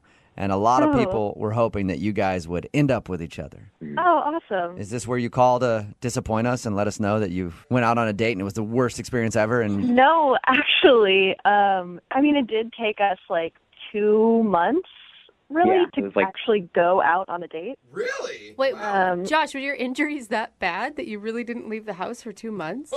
Yeah, we couldn't go on an actual proper date for at least 2 months. Mostly, we saw each other within those 2 months, but it was mainly just her coming over to my place and watching a movie while I was propped up in a chair. Yeah, his ribs were messed up. Oh, and that's the worst. You can't do anything about it. You just have to wait it out. And no funny. Yeah. No, but he looked really cute in his little bandages. Okay. some guys look good in bandages. Some guys Yeah. don't. I've seen some guys that cannot wear a bandage. So good for you, Josh, for being able to sport a bandage and look cute. Yeah, he Thanks. pulled it off. Thanks. So when you guys actually went out on your date after the second date update, 2 months later when you were healed, how did that go? Was it good? She lost her cat again. No, I'm just kidding. Yeah. Got hit by another car. Yeah. No, honestly, it was really great. I was so excited to actually leave the house and go on a real date with him. What did you guys end up doing? Because that's pretty awesome. You got to spend 2 months getting to know each other before actually taking that step. Yeah, we kind of just had a really nice night, went out to dinner, talked, kind of walked around the area and just kind of hung out. And you were like, this is what it feels like to walk again. This is amazing. Yeah, of course. you guys gave us this, crazy story. Not every couple has this crazy Yeah. meeting, And so whenever we meet new people, we tell the story of how we met. And it's actually kind of funny because people will be like, yeah, I feel like I heard that on the radio. You're the cat guy. Yeah, you're the guy that got hit by a cat. Are you guys officially boyfriend and girlfriend then? Yes. Yep. Yes, we're officially a couple. I know, it's exciting. But actually, the reason that we emailed you guys is because we have some big news. I wanted to let you guys know that we're moving in together. Oh, that's so cute. Wow. After what? This was only 6 months ago. Yeah. Don't judge their love, Jubal, okay? If they're ready for it, they're ready for it. Congratulations. Listen, we've already been through, trials and tribulations, physical trauma. Yeah, I mean, she was basically my nurse for 2 months. So she was so great. She brought me food. She brought me soup. She helped me itch my cast because I was pretty bandaged up. Oh, man. Yeah. She was on me taking my medication and everything like that. She helped me out keep that sorted because I was pretty out of it. So it was nice to have her. You poor thing. Give you a sponge bath? Yeah, I mean, I thought about asking her, but I don't want to push my luck or anything. I don't know. I think at that point she owes you. Just saying. I would have done it, honestly. Yeah. I guess it's only been 6 months, but you guys have lived 2 years in a normal relationship. Yeah. They're not going to have to adjust that whole peeing with the door open thing. Yeah, we sped right past that. I've seen a lot of things that I never expected to see. That's so cute. Well, good for you guys. Are all your friends and family really excited? Yeah. They are, yeah. They're excited for it. Yeah. Most importantly, is the cat excited? Yeah. Oh, that's a What's good up with the question. cat? Now do you have to live with the cat? Everyone will be happy to know that me and the cat get along very well, and we're very good friends. Really? Yeah, except when she's not around, you kind of want to kick it a little bit. It is the reason you got hit by a car, after all. I just make sure I know where he is at all times. Justin's really accepted the cat into his heart, even though he's a little bit allergic. You're allergic to the cat, Josh? Yeah, I have a little bit of allergies, but it's not anything. Man, this cat is just kicking your ass. Yeah. Yeah, but Rachel's totally worth it. Oh my God, Rachel, what won't this man do for you? That's what I want to know. Adorable. Yeah, I'm pretty lucky. Not many dudes out there would take on a car for a woman and get broken ribs, broken arm, broken collarbone, whatever else, and then live with her cat, who he's allergic to. So congratulations, you guys. Thank you for the update. Brooke and Jubal in the mornings. Second date update. For today's second date update, we got a dude named Gavin on the phone, and Gavin said he met the girl he wants to call today at a bros night at the club. Oh, gosh. Yeah. Bros night. Oh, man. Bros night out. Yeah. Where dudes go out trolling for ladies, and it's never successful. What? And then you just end the bros night back at your buddy's house, drinking and complaining about how all the girls were ugly anyway. And lesbians, too. I mean, they didn't want to talk to us. Must be a bunch of ugly lesbians at the club tonight. Only possible explanation. That's all it could possibly be. But it sounds like Gavin actually met a girl at a bros night, which is impressive. What's up, Gavin? What's up, man? How you doing? Oh, Pretty Gavin. good. How'd you do that? How'd you actually meet a girl while you were out with your buddies? Oh, man, you guys can hate all you want, but me and my buddy Dave, we go rubbing and clubbing all the time. Did you wait? Stop, Gavin. You did not just say rubbing and clubbing. I did. I don't even really know what that means. Do you rub first? Do you club first? What's happening? Just use your imagination. It ain't clubbing without the rubbing, right? Oh man, I'm using my God. imagination, and your bros night just got a lot more interesting. Dude, I feel like you're the guy that girls try to avoid when they go out to the club. I'm sorry, Gavin. I'll tell you that you're right about that sometimes, but I instantly like you better for that response, though. yeah, I mean, nobody hits all the time, right? But Right, okay. you got to try. All right, so it sounds like you didn't strike out this night. What's the girl's name that you want to call today? Casey. Ooh, Casey. say it like that. She must be sexy. Oh, man, this girl was sexy. She was exactly what I was looking for. And, you dress well. I dress really nice, and I smell really good. Okay, and it's yeah. like my thing. It's like what I do, right? What attracted you to Casey? She was the only female that looked in your general direction, or was it? Well, I'm like a dancer, too, right? Like, I'm not a professional dancer. I don't have no training or nothing, but I go clubbing a lot, and I watch other people, and I go home and I practice. Oh, good job. Okay. Nice. I could actually appreciate a man who enjoys dancing and isn't just trying to grind on somebody's leg. Mm-hmm. I know you do. Ladies like the dancing. Yeah. And sometimes it helps with the grinding. Yeah. Well, even the rubbing. Mm-hmm. Exactly. All right, so you impressed her with your dance moves? Threw a little stanky leg in her direction, and she was like, yeah. Yeah. Oh, well, I pressed her with, first she caught my eye, right? She had to catch my eye with her dance moves and just she was looking good, man. She was wearing this cute little thing, and she was just looking good. And so it's all about body language when you're rubbing and clubbing, right? Okay. And so you gotta the reason people strike out is, right, they just go up to somebody and they're like, hey, what's up? And they throw out some stupid line, but you can't do that, man. You gotta do the body language. Oh. You gotta get to know somebody. Like, I'm gonna make them notice me before I come up and say anything to them. Okay. Right. You stand across the dance floor and you bite your lower lip and you do like a hump gesture and point at them. No, man, it's not like Night at the Roxbury. Like, you got to be smooth and you got to look like a nice guy and someone who's just having a good time, right? People are attracted to somebody who's having a good time. Right. You got to laugh a lot, talk to other people, be really loud. Exactly. Okay. And then you like slowly move your way closer, and before you know, we was dancing together and we was vibing, having a good time, and then one thing led to another, and we have a couple drinks together and we chat, and we're back in my place. Yeah. And what was that like? It was amazing. I was super excited about it, popping out of my pants, and we're like... Whoa, God, damn it. I don't think he meant it like that. I think he did. Yeah. No. I think rubbing and clubbing totally meant it like that. I might have meant it like that. Yeah, I told Very, you. very, very excited that she was there. And did everything go according to plan? You guys hook up? No. So I'm in my clubbing clothes. It's all looking nice, but it's a little restrictive. So I'm like, I'm going to go change into something a little restrictive, and I'm going to come back. Okay. And when I come back out, I don't know what happened, man. But she's at the door, and like, what's up? And she says, don't ever talk to me again, you disgusting pig. And then she leaves. Whoa. That's extreme. Gavin, why'd you get called a pig? What'd you do? I have no idea. I didn't do nothing. I went to change clothes. I come back, and she's ready to go. Are you sure you don't have like a whiteboard in your house that has like number checks for every girl you've brought back home? No, I keep that hidden away. I don't know. I feel like I believe you still. No, he's joking. Is he? Is there anything in your apartment at all that she could have saw that would make her call you a pig? Listen, I don't have anything out in my apartment that any lady could see that could be offensive. So if I want to bring somebody home, I don't want them to run away. Like any movies or whatever. Nothing. Maybe when you said you wanted to get into something less restrictive, that for some reason she thought that wasn't what was on your mind when you guys went back to your house. No, I promise you, she knew exactly what was happening because when I came back out, she had put her clothes back on. Oh, okay. So she was already in the undressed state. Mm-hmm. Man, she even got dressed. Okay.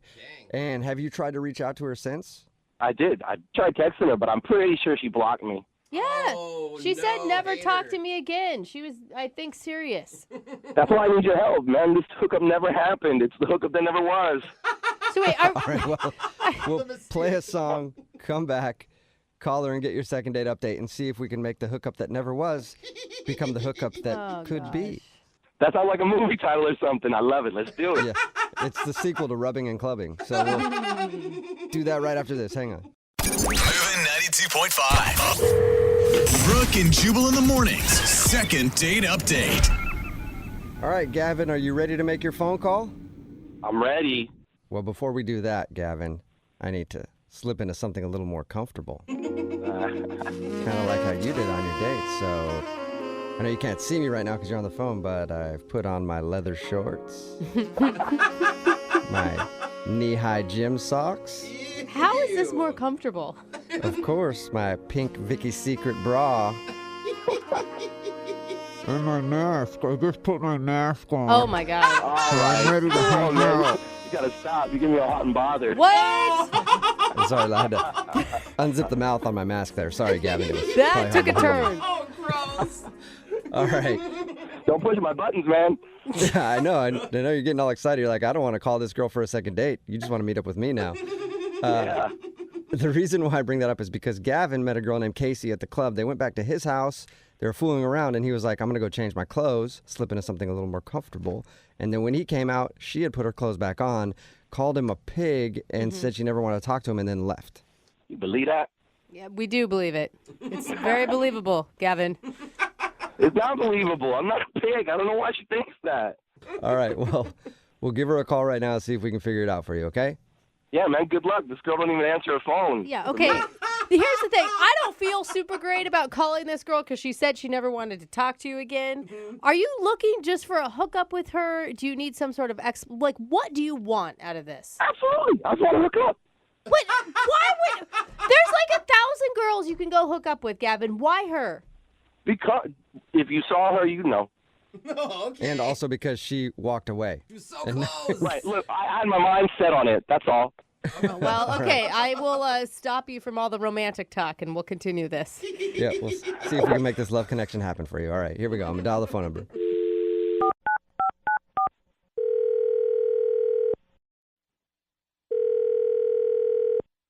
Hello, Hi, can I speak to Casey, please? this is she. Who's this? Hey, Casey, how are you? My name is Jubal from Brooke and Jubal in the Morning. Who are you calling from? Jubal from Brooke and Jubal in the Morning. It's a radio show. Oh, I don't know you. No, you don't, Casey. All right, no, you don't. Yeah. But I'm glad we're meeting now. I'm calling you today, Casey, because one of our listeners actually emailed us about you. Who? I don't understand what's happening. Well, we do a segment on our show. It's called the Second Date Update. That's where if you go out on a date with somebody and then end up not calling them back after, they email us to see if we can get you on the phone and find out what happened. And you recently met a dude named Gavin while you're out at the club. Oh my God. Oh. Whoa. It literally sounded like you just threw up in your mouth right now. Yeah, because I did. Gross. Right. So Gavin told us a little bit about meeting you. He said he liked you a lot and he thought everything was going fine. But then you left his house and called him a pig and said you never wanted to talk to him again. That's right. Okay. So you can understand why, I don't know why he'd be confused though. Like, according to him, everything up until that moment was great. I think he knows why. No. Well, we talked to him and he has no idea. Do you want to tell us? The guy's a pig and he knows it. He actually doesn't though. Think about this, okay? So he's a pig and he's going to continue being a pig unless he knows why he's a pig. And he has no idea. So if you tell us, then we can tell him and maybe he can change his ways and not be a pig anymore. You could help turn that pig into a beautiful butterfly. Now, let's not go too far, right? Like, she threw up in her own mouth, for God's sakes. I think that may be a stretch. I just know that he's a cheater. Whoa. How? And how do you know that? So I don't know what he told you, but we were having a good time. We were. And we were on his couch, and then he went into his room. And so I looked up, and I saw that he had, you know, those Amazon Echoes. Yeah. Oh, yeah. And, you know, I just met him, and, you know, I got to take care of myself. And my girlfriends have told me that you could find out a lot about people from their Amazons, right? Oh, I thought you were going to say he was cheating with Alexa, which would be terrible. Wait. How do you find out stuff about somebody from their Alexa? Well, you know, you can grocery shop for groceries with your Amazon account. And so I asked Alexa, what's in your shopping list? And so he had a couple of like razor blades and shaving cream and cotton balls. And then it started getting into stuff like feminine hygiene products, secret deodorant, like CoverGirl makeup. What? Yeah, and he lives in a one-bedroom apartment, so this isn't a roommate. He's clearly living with a woman. It must have been his girlfriend. So, Oh my God, you Or are he's using that stuff for himself. tampons? Really? No, Jubal. They can be fun if you know how to use them correctly. No, okay? Don't Dude. ask me how I know that, but they can be. Casey, you are like a genius sleuth, I feel like, right now. I've got to take care of myself because there are a lot of guys out there who will just sleep around, and I'm not that kind of girl. All right. Hey, I'm sorry. I gotta say something. What? Oh, sorry, Casey. That's Gavin. He's on the other line and wants to talk to you. Hey, Casey. Oh, my God. Oh, you come in like that, Gavin. Really? Really? She just busted you, dude. Yeah, but because I'm not worried because it's all that stuff's from my mom, man. For your mom? What? From my mom. I get free Yeah. shipping. So you say. Anyone can say that. I can. No. There's no way that can be your mom's. That's just bullshit because your mom wouldn't wear CoverGirl makeup. My mom had me when she was a sophomore in high school. I got a young, hot mom. What? What? Oh, God. Now it's getting worse. Yeah, that was kind of weird. Hold Sometimes on. people think she's my sister. Gavin, That doesn't. You're not buying tampons for your mom. I don't even buy tampons for my mom. Look, I understand you're upset right now, and that's okay. I forgive you, but I didn't do nothing wrong. What is there to forgive? You're the one. You left me hanging. Yeah. It was about to go down, and all of a sudden you call me a pig. So. And you're a lying pig. I mean, Look, I don't know what you've been through that you're so distrusting, but I promise you, there's nothing going on.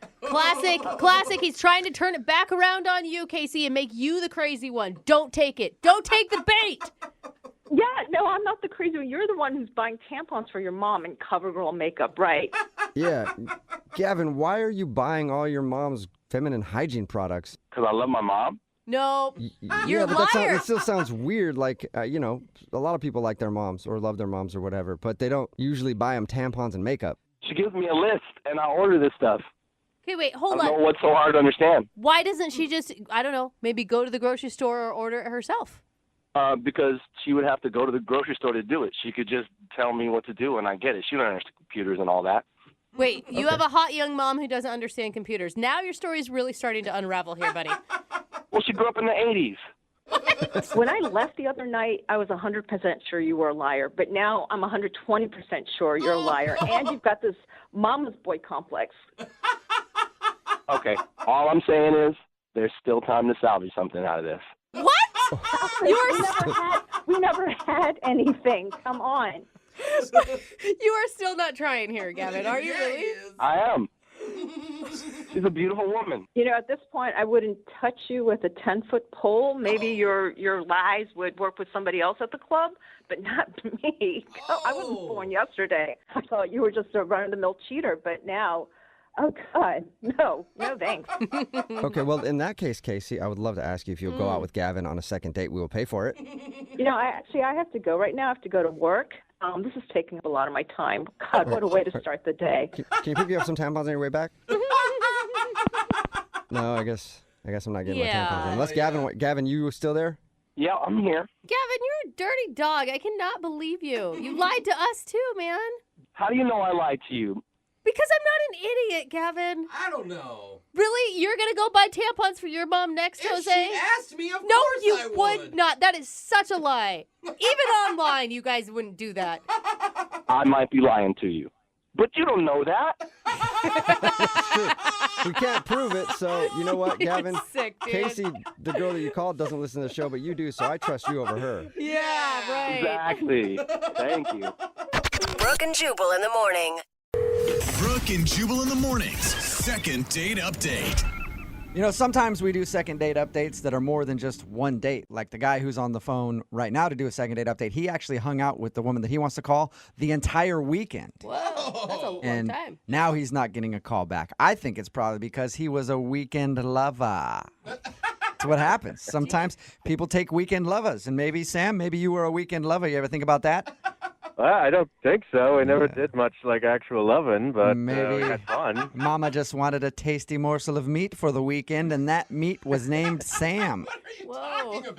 We just wanted some orange candy for her son's baseball game or something. I don't know, but Wait, I what? don't think that's what was happening. Your weekend lover experience involved her son? Yeah, she's a single mom, but she's really, really pretty, and she's super fun. She's got great personality, too. I was really pleasantly surprised. How did you meet this single mommy? We met online. Weekendlovers.com? Weekendlovers.com. Why do you say lover so weird? You really need to start that. Kind of the way you have to say it. All right. So you Hang met. out for a weekend and then don't call me back, ghostme.com. Yeah, that's great. So wait, the first time you guys hung out, you met her son, and that didn't alarm you at all? Oh, no. We didn't. It wasn't the first time we hung out. The first time we did it actually kind of like the classic way. We went for drinks, and we had a lot of fun, but she had to leave early because she said, she had to go take care of her kid, and I was, it made total sense. But we had a lot of fun, so because we hadn't really spent a huge amount of time together that first night, I said, well, hey, why don't we go out to dinner tomorrow night, which was Saturday. Okay. So she said, okay, sure. And things went even better the second time, It was great. We were laughing. We were telling each other jokes, getting to know each other better. And the next day she says, well, hey, my son has a Little League baseball game. So I was like, cool. And she said, why don't you come? And I said, I'd love to. So You're like, boring. I only watch professional sports. Kids don't know how to play very well. Dude, Little League Baseball is more interesting than real baseball because, they whiff the ball and they don't know what they're doing. That's funny. Okay, so real baseball is just like they spit and they scratch themselves. I can't stand it. Yeah, I love it. So you actually went along to watch your son's baseball game. I don't know, it feels like a big commitment to me. Well, I mean, yeah, but I was feeling it. So I said, you know what? Cast your fate to the wind. Let's see what happens. Could be fun. And what was that like? Was it what you expected it to be? Well, pretty much, yeah. Nobody really, it's a Little League baseball game. So, I spent some time talking to the other parents. We watched the game a little bit. But after the game, I was trying to score some brownie points with their kids, so I took them aside and I bought them a hot dog and an ice cream cone. And I said, well, don't tell your mom because, she's probably going to get mad that you had the sweets, et cetera, et cetera. Wait, hold up. You went ahead and bought her son something that you told him to keep as a secret? Like, that's kind of creepy. Like, here's some candy. Yeah. It's not creepy. It's man time, like man to man. That sounds creepier when you say that. It's man boy I've time. heard that before. And trust me, nothing good came of that. Well, I mean, I'm just saying, that's my first red flag, is that you're buying her son ice cream without asking her. Well, he wanted it, and I was... Again, you're just making yourself sound terrible, Sam. Not doing myself any favors right now, am I? No, you're not. Anyway, you got the kid some ice cream, and did his mom give explicit details not to give him any ice cream? No, I mean, she hadn't said not to, but she hadn't said it was okay either. I didn't even ask. Okay. You're just trying to be that cool guy like, hey, dude, here's some ice cream. Don't tell your mommy. I'm the man. Yeah. By the way, own a leather jacket and a car. And I want your mommy to like me. High five. Is that what you were doing? Yeah, but stretch that out over like 10 minutes, and that's basically that. All right. Okay. So how did the T-ball game end? It ended fine. We just talked a little bit, and she said she had to get him home, and I said okay, and then she took off, and then I took off. But then I tried to call her that evening, tell her I had fun and see if we could make plans to hang out again, and she didn't pick up. So I left her a voicemail, and she didn't answer, and then a day or two went by, and I texted her, and she still didn't answer. She's just like, as soon as she left the game, that's the last I've heard of her. Whoa. And I've been pouring it over my head, and I'm thinking, and I'll bet you any amount of money that little probably told on me and ratted me out. Totally. Okay. Yeah, said I bought him ice cream, and she probably flipped out and got mad that I'd got. It was just a little bit of ice. It was one scoop. But it's not the ice cream. It's the going behind her back thing, because you don't know her parenting style. You don't know what rules she has set up. Yeah. There's 8,000 different reasons why that's not a good idea. None of them are good, though. It's just an ice cream cone. If you're that kind of hyper parent, it's like, come on, loosen up a little bit. Yeah. All right. Well, we'll play a song, come back, call her, and see if that bastard ratted you out. And your second date update right after this, okay? Sounds good. All right. Moving 92.5. Brooke and Jubal in the mornings. Second date update. And welcome back to Brooke and Jubal Field and your second date update. Up to bat right now is Sam. And Sam's in quite the pickle. He went out with Brenda and spent the entire weekend hanging out with her, some dinner and some drinks, and then concluded his weekend with a wonderful day at the ballpark watching her son play in a Little League game. But now Sam isn't getting a call back. Will he be 0 for 1 in career second date updates? We'll find out in just a moment. But first, let's talk to Sam and see if he's ready to make the call. Sam, are you ready? Yeah, I'm ready. He's like, actually, I'm asleep listening to your baseball announcer voice, but... Like most people are when they watch Yeah. baseball. Sam, we're going to give her a call and find out why she's not calling you back after what you thought was a wonderful weekend. Any other thoughts before we get started? I'm just confused as to why she wouldn't call me back because, we spent 3 straight days together, so... Well, I'll dial her phone number right now then and see if we can figure out what happened, okay? Okay. All right, here we go.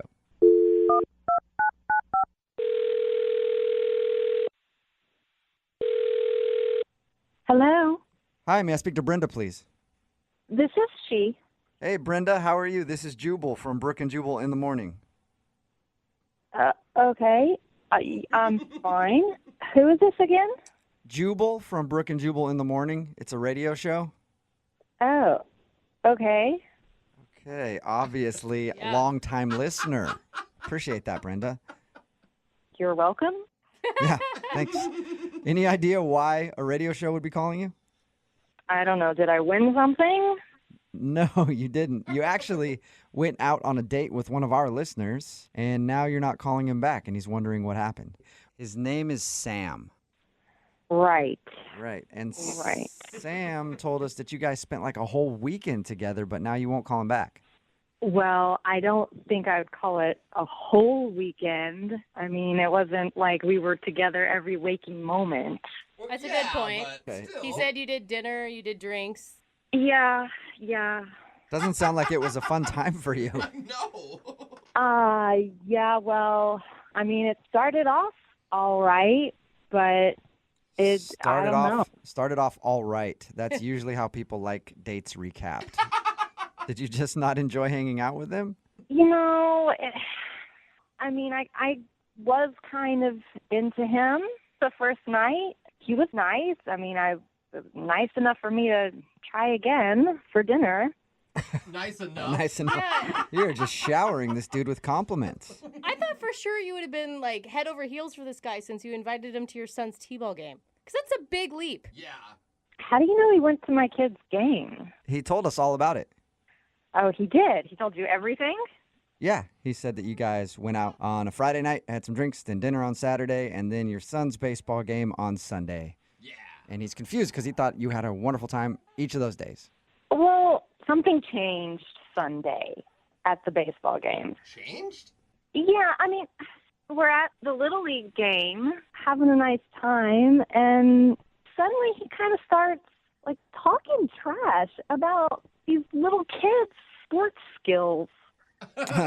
He's ripping on the kids. I mean, it's understandable. Little League play is terrible. They're children! Yeah, I know. And Little kids. Yeah. I mean, they're 5 years old. And it's time to step it up and play like an 8-year-old. That's what I say. Whatever. But so he was ripping on the kids the whole time. Yeah, I mean, he's like cracking jokes about them kind of loudly, and like other parents are starting to kind of give weird glances. And then at one point, he like turns to me and says, in all seriousness, he says, "Looks like your son could use some throwing lessons." What? Don't worry about it. I'll teach him how to not throw like a girl. Oh, there is so much wrong with that statement on so many levels. Was he serious about that, or was it a really bad joke? He seemed totally serious about it to me. Like, I mean, he made a point about it 2 or 3 times. 2 or 3 times? Yes. What was your response? I mean, did you say anything back to him? I mean, my mom would have been like, yeah, you're right, the kid sucks. But, like, did you say, don't talk about my kid that way? No, I didn't say a thing. I mean, I'm not going to honor that with a response. But I was fuming. Okay, understandable. So, well, yeah. I mean, I don't want some jerk like that around me or my kids. okay. Totally. Well, unfortunately, he's kind of around you right now because he's actually on the other line listening to this phone call and wants to talk to you. What? Yep. Sam, you there? Hi, Brenda. Hello. I guess we should probably have a little chat then, shouldn't we? Yeah. First of all, I don't know. just I don't want know to what else there is to say right now, Sam. Except, maybe you'd like to apologize. Let's just hang on. Let me finish. All right. I just want to say, for the record, I was trying to help. All right. I didn't mean anything malicious. I wasn't trying to be nasty. I'm just calling it like it was. I like sports. I can kind of get into sports. I wasn't being vicious or nasty. I mean, I didn't get drunk or throw my beer. You make it sound like I was some sort of Yeti out there in the stands, but I wasn't. Not to my estimation, anyway. And yeah, I was trying to find a way to honestly kind of bond with your kid, and I thought maybe if we could play some baseball. I mean, because I know you've got your son, and your son's your top priority. So if I want to be with you, I have to get along with your son as well. That's a part of who you are. So I was trying to help. I was honestly, I wasn't going to lie to you or sugarcoat anything. I'm just saying it like it was. You're not going to bond with a 5-year-old kid by telling his mother that he sucks. I I'm sorry. I know it's just going to sound weird, but I didn't mean that in a bad way. You didn't mean it in a bad I can't way. believe you were actually critiquing a 5-year-old's performance. Like, you should just be happy if they make it to first base instead of third base. Look, if you start now, you might actually have like a Cal Ripken on your hands, if you get him started early. Oh, my God. You would totally be one of those dads when you have kids, won't you? I mean, yeah, maybe. I mean, I don't see any problem with wanting your kids to be the best that they can be. And Brenda, honestly, that's all I want for your son is just, I don't want him to suck as bad as he did that day. Oh, my God. And I mean that with all due respect. With all due respect, that is so rude. Well, if you're going to take it rude, it's going to be rude. You could just, laugh it off. You honestly have no idea about what you're saying, do you? I have every idea what I'm saying. I was offering to help him be better. If you didn't want me to help you, you could have just said thanks, but no thanks. You didn't have to ghost me on the phone like this. Oh, I don't even know what to say to that. There's nothing wrong with my son's athletic ability. There's something mentally wrong with you criticizing 5-year-old kids. Yes. Look, again, for the record, it's not that there's anything wrong, quote unquote, with your kid's athletic ability. I just said he could be better. Well, dude, just stop in that case, already. Brenda, would you like to go on a second date with Sam? I know he'd like to see you again. We'll pay for it. Oh, yeah. I'd love to go on a second date with some guy who's going to criticize my son's spelling test. Well, if he's not a good speller, I was a great speller growing up. I could coach him a little bit. See, Brenda, Sam could coach your kid in all the ways of being a man. Best dad ever. He is the worst. Super dad. Are you sure you don't want to go out with him? Yeah, I'm positive on this one, guys. Smart. Very smart. That's extremely disappointing. I guess we did find out that Sam is 0 for 1 in the date department. Just shows Sam that every time he criticizes a 5-year-old's throwing skills, he definitely doesn't get a date. Maybe next time he'll try to not do that. What do you think, Sam? Well, at least he didn't rat me out about the ice cream, so that's nice. Oh, yeah. Sam! Ice cream? What ice cream? Don't worry about it, Brenda. Thanks for your time. Brooke and Jubal in the morning. A text in at 78592 says, I bet Sam throws like a girl. It's Brooke and Jubal in the morning. Talking about today's second date update. If you missed it, this dude Sam spent an entire weekend hanging out with Brenda. They went to dinner and drinks, and they went to watch her son play a Little League baseball game. And Sam was confused why she wouldn't call him back, especially since they spent so much time together. Well, we called Brenda, and she told us that she was upset because at Little League, Sam started making jokes about her kid's sports skills. Even told Brenda that her son could use some throwing lessons and offered to teach him to, quote, not throw like a girl. Okay, and can we just establish that throwing like a girl should not be an insult, okay? I am a female. I obviously throw like a female. That's fine. Sam said that he wasn't trying to be mean. He's just being honest and only trying to help. Like, Yeah. I hope your little kid not throw like a girl out there. Yeah, see, if he's just like, hey, I can help if you ever need it, Yeah. that's one thing. Don't heckle the kid. Yeah, being like, you know what? Like, I used to play baseball or whatever. Maybe I could help him a little bit. But don't just shame the kid. Anyway, Brenda didn't like the criticism, and so she decided not to go out with Sam ever again. And can you imagine if that's what he gives on a first date when it's like 6 months into a relationship? Like, you're actually a failure at life, and your mom never wanted you. Yeah. When they're just dating, I'm practically your stepdad, all right? You got to respect me. Yeah. Well, anyway, they didn't go out again. Remember, if you want to do a second date update, all you have to do is email us, and we will call the person who didn't call you back. Don't forget, Young Jeffrey's Song of the Week is coming up in just a few minutes at 8:10. Brooke and Jubal's second date update. Brooke, what is a deal breaker for you if you go out on a date? Actually, being seasick. I like to be on boats. I know that sounds Really? weird. Yeah, Mitt Romney over here. I like to be on yachts. Let me rephrase. By seasick, I mean if they don't own a boat. We've got Brian on the phone. Brian, what's up? How are you, man? How's it going, guys? Good. Now, you emailed us about a girl you met named Michelle. It says here that you met her online. I did. I met her online, and, she had said that it was the first time she'd ever done it before, like online dating at all. Okay. So just to kind of be safe, I guess, she wanted to have a group, have some other people there, which I thought was fun. It's a That's first cool. date, be kind of casual. Understandable. There are perverts like you online all the time trying to prey on people, Brian. I wouldn't trust you either. So, did you still plan a night out for the group? Yeah, we did. We just, went out and we're just going to get some drinks. And she said she was going to bring a friend. Okay. So I thought, I'd bring someone too. So I brought my sister. All right. Wouldn't you think, Brian, just speaking as a guy, wouldn't you think you'd want to bring like one of your guy friends along in case her friend is cute and they hit it off? I mean, yeah, but, if I got one of my guy friends, he would be mostly interested in hooking up with her friend and not really screening. Okay. You know what I mean? I trust my sister to kind of go, okay, she seems cool or, she's crazy. So how'd the date go? You showed up with your sister, she showed up with her roommate, and you guys had a decent time? It was pretty casual and fun, and, she thought she was cool. I thought everyone got along. When we were done, I, gave her a hug and said I'd call her in a couple days, left her a message, and it's been weeks now, and I really thought I would hear from her right away. Did you only call her that one time and leave her a message once? Yeah, I left the message once. After a certain amount of time, I just thought, I don't get it. 'Cause I really thought, things went well. I don't want to keep calling her and sound desperate or All right, we'll do it for you. I just left it alone, Yeah. Exactly. That's why I contacted you guys. It's much better to have a radio station call her on the air. Trust me, it works. No, seriously, though, we'll call her right after this and see if we can get her on the phone and get an answer for you, okay? Awesome. Thanks, guys. Moving 92.5. Brooke and Jubal in the mornings. Second date update. Lydia, you did some online dating. It's a scary, scary world. So when you went out with a guy, would you request that he have someone else come along or try to meet him in a group? No, but thinking back, I probably should have. Probably a good idea. Yeah. All right. Well, that's what Brian did. Brian's on the phone with us right now. He emailed us about Michelle.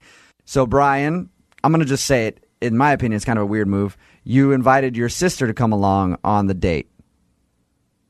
Yeah, but we're really close, like friends. Okay. It's not like, I'll give him that. I trust her judgment. Yeah. So. All right, Brian, we're going to call her right now and see what Michelle says, okay?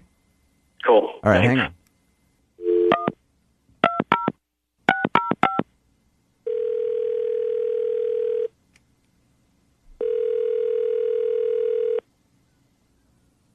Hello, Hi, can I speak to Michelle, please? this is. Michelle, this is Jubal from Brooke and Jubal in the morning on Moving 92.5. How are you? I'm good. How are you? I'm pretty good. Thank you for asking. Any idea why I'd be calling you? No, did I win something? Oh, You did not win anything. I'm sorry. I wanted to call you to ask you about a guy named Brian that you went on a date with. Do you have a few minutes? Yeah. Okay. When you went out on a date with Brian, apparently you met him with your roommate and he brought along his sister. Does that ring a bell? Yeah. Okay. Yeah. He's tried to get a hold of you since that date that you went on and you haven't called him back. We were just calling to ask what the specific reason is. He's really, I don't know if I want to say into his sister. He just kept saying, "Oh, did I tell you my sister did this? And did I tell you my sister did that?" And Okay. it got so weird. And at one point, I kind of felt like, is he trying to set me up with his sister? Like, what's Really? going on? Because he's a nice guy. I really think he's a nice guy, but it was just so weird. Was it more upsetting to you that he invited his sister along in the first place, or was it the relationship between his sister that made things weird for you? More like the relationship that was so weird. But the weirdest thing, it's so weird. Towards the end of the evening, he had to use the restroom. And before he went to the restroom, he gave her an Eskimo kiss. What? That is crossing the line. Like when you rub the noses? Yeah. That's not crossing the line. That's demolishing the whole playing field. What? He gave his sister an Eskimo kiss. Brian? No. Yeah, I'm here. Yeah, Brian's on the phone, Michelle. Brian, did you really give your sister an Eskimo kiss? I mean, we were drinking, it was just like we were being goofy, It was like an inside thing that we used to do when we were kids. And Yeah, I used to sleep with my doll when I was younger too, but I don't do that anymore. You should grow out of things at a certain point, don't you think? You live with your sister? Yeah. How many Eskimo kisses a week do you guys share?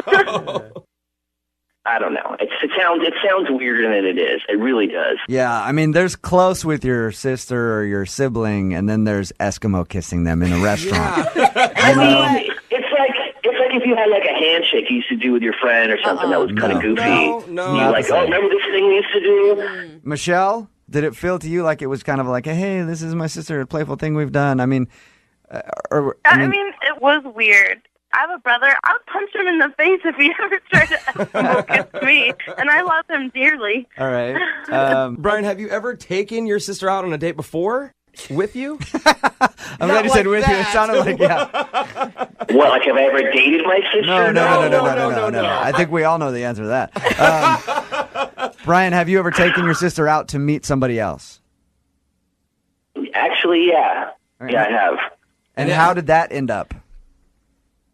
Not well, actually. That was their butterfly kisses phase.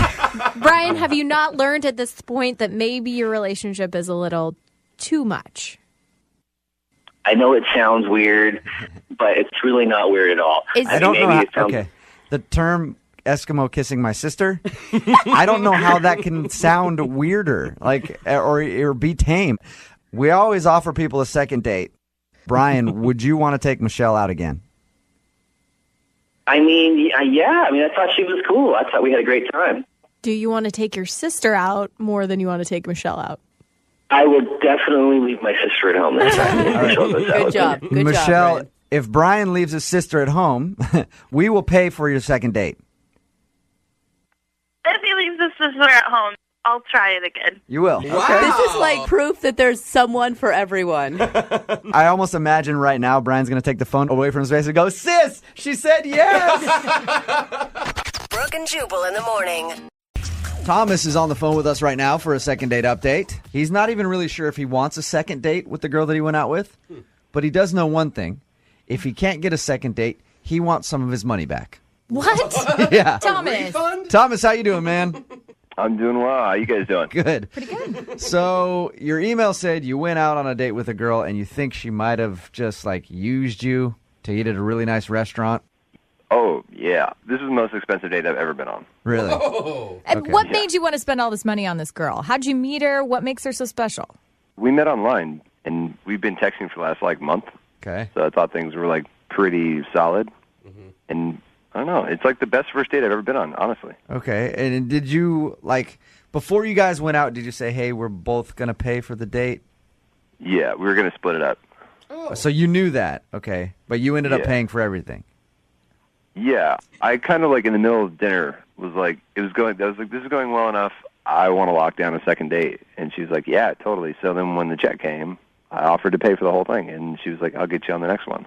Okay. Oh. How much was dinner, if you don't mind me asking? Oh. It was $265. Oh, jeez. Okay. Wow. Yeah, that's fancy. I'll pay for this $260 dinner right now. You take me to Applebee's and drop $40.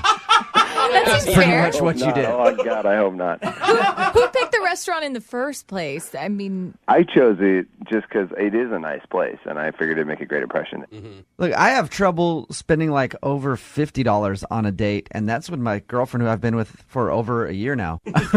What makes you want to spend over $300 on a girl on a first date?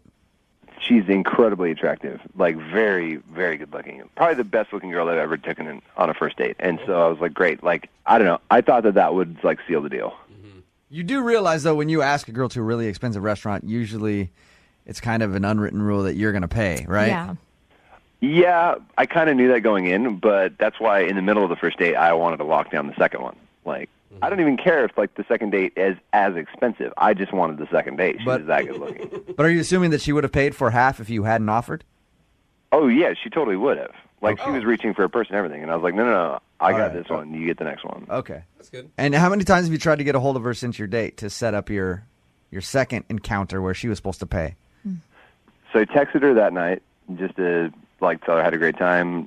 She texted back one time. She said, "I'm really busy. I'll call you back later," and then never called back. Like there was no return phone call. All right. So an excuse, obviously. Yeah. Yeah. Called her like a day later. Waited a couple days. Texted again. Like left a message. I mean, at this point, I've called her now 3 times and gotten nothing. Okay. It's not good. So do you want another date with her? It's like at this point, she's blowing me off so much. I don't want another date, but if I'm not going to get that second dinner, like she said, I'll get the second one. Like I want that half of the bill that I paid to be paid for then. What? You actually want to call her and ask for your money back A refund. on your date? Yeah, she sold me a bill of goods, and it's like, shit, it's like pony up. You know? This is less of a second. Going to take me to dinner and then not answer when I text you, especially when we had a great date. It's less of a second date update and more of small claims court right now. It really is. Gosh. At this point, she paid for her half with a peck on the cheek at the end of the date. That's what she paid. Okay. Sometimes that's worth $300. So you guys didn't even really kiss or anything? No. It was like I was very nice at the end. It was just like a little kiss on the cheek, whatever. And I was like, okay, great. Like I'll see you on the second date and hopefully get a little better kiss. That's got to upset you if you drop almost $300 on dinner and that's all you get. Yeah, come She's on. not obligated. Yeah, you are. Kind of now, yes. Yeah, over $75, you have to at least kiss. At least get to one base. Yeah. $300. Gotta have a good story out of it or something. Yeah, seriously. $300, I think you better get pregnant. But all right, man. Well, we'll play a song, come back, call her, see if we can get her on the phone and get your money back or a date or something. Great. All right, hold on. Moving 92.5. Brooke and Jubal in the mornings. Second date update. I think more second date updates should be like this. Oh, yeah? Why? I think more dates in general should be like this. What do you mean? If you go out with someone and you spend too much on dinner and then you think about it later and go, I wish I wouldn't have dropped so much money, you should be able to get at least half of your money back if you don't see that person again. There's no return policy on dating. Well, I think that's the problem right there, Lydia. There needs to be one. Thomas is on the phone with us right now. He went out with a girl named Laura, met her online. They had a perfectly fine time on the date. The issue that he's having, though, is he ended up spending like $300 on dinner. Yeah. When the check came, he said, hey, I'll pay for this, because she was reaching for her wallet. I'll pay for it as long as you get the next date. She agreed, and now she's not calling him back. So he's kind of over it. At this point, I just want the money back. The second date, it's not as important. Just give me the cash. Okay. All right. You did say it was the most amazing date up until this whole money thing. It was a very good date. And she's really hot. Yeah. Very good date. She's really hot. Kind of a user, though, because she didn't pay for the... Oh, come on. He offered to pay. The only reason I offered to pay was because she really genuinely seemed interested in the second date. Like, and now I feel just a little betrayed. Like, I feel like this kind of thing happens a little too often. Like, oh, yeah, second date for sure, and then nothing. Yeah, and I think you're taking a stand right now for everybody who's ever had to pay for a meal and then hasn't gotten one bought for them in return.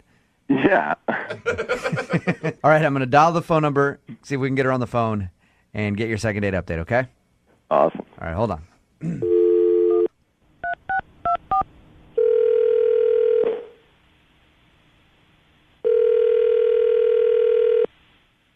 Hello, Hi, is Laura there? this is Laura. Laura, how are you? This is Jubal from Brooke and Jubal in the morning. Hello. What's going on?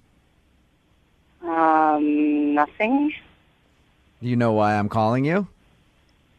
I have no idea why you're calling me or how you know who I am.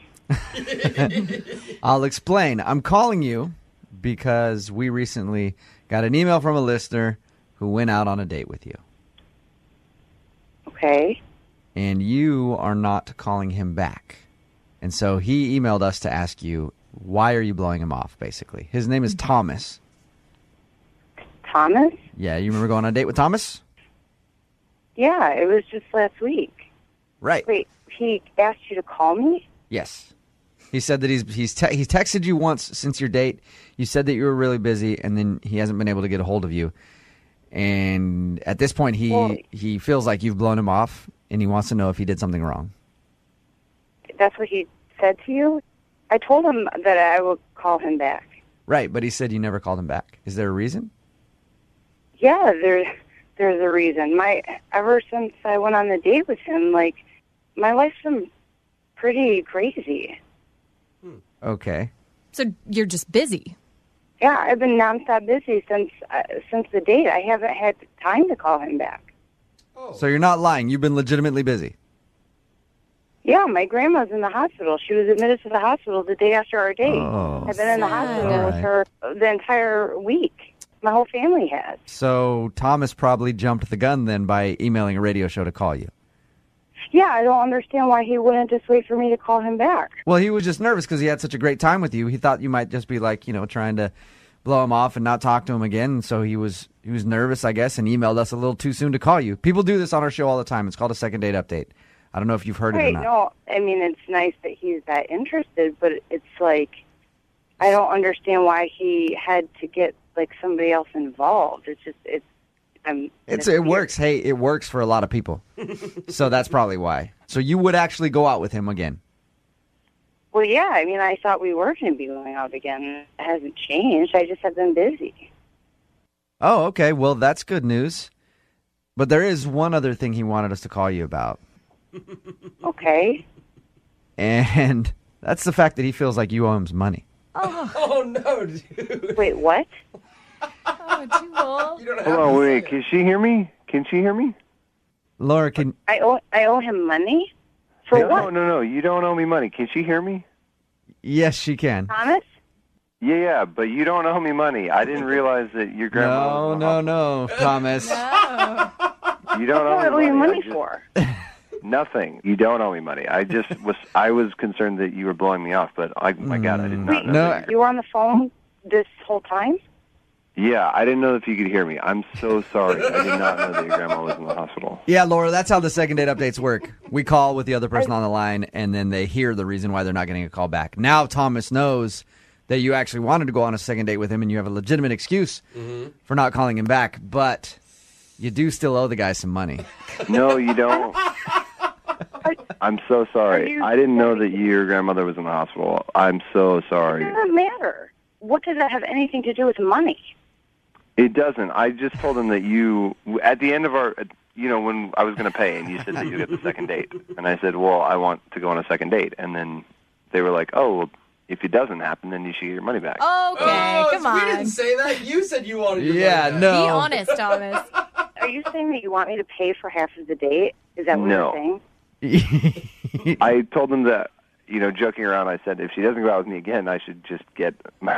Thomas, come on. No. No, he was... Laura, Thomas told us when he was first talking to us, he told us about your date, said you had a great time, and was like, at this point, she hasn't called me back. And I don't care. I just want my money back because I shouldn't have had to spend so much on dinner if she's not going to call me back. That's not... Whose side? You're kidding supposed to help me get a second date, and you're not helping me do that. I'm on the side of justice right now, and I still think you're owed some money. I don't know why you guys are laughing. I don't think this is funny. Like, this is I don't either. This is the rudest thing I've ever heard. So is it true or not? It's not true.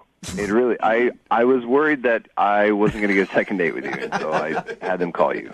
Thomas. I'm being serious. I really liked you, and I'm so sorry. I am not a bad person. This is not indicative of my character. This is completely out of character, and they're the ones who are putting this in the realm of like wanting the money back. I don't care about the money. Wow, Thomas. Oh, Thomas, you didn't say that? Sounds like there's a bunch of people that disagree with you. Yeah, and they're doing it for ratings or whatever. I don't know why they're doing this. You called us, Thomas. It's awesome just to hear Thomas tread water right now. Seriously. Hey, Laura, I would love to ask you. To be honest with you guys, I don't mean to be rude, but I don't really have time for this. Well, all right, before you go, I know that you're busy. I appreciate you staying on the phone as long as you did.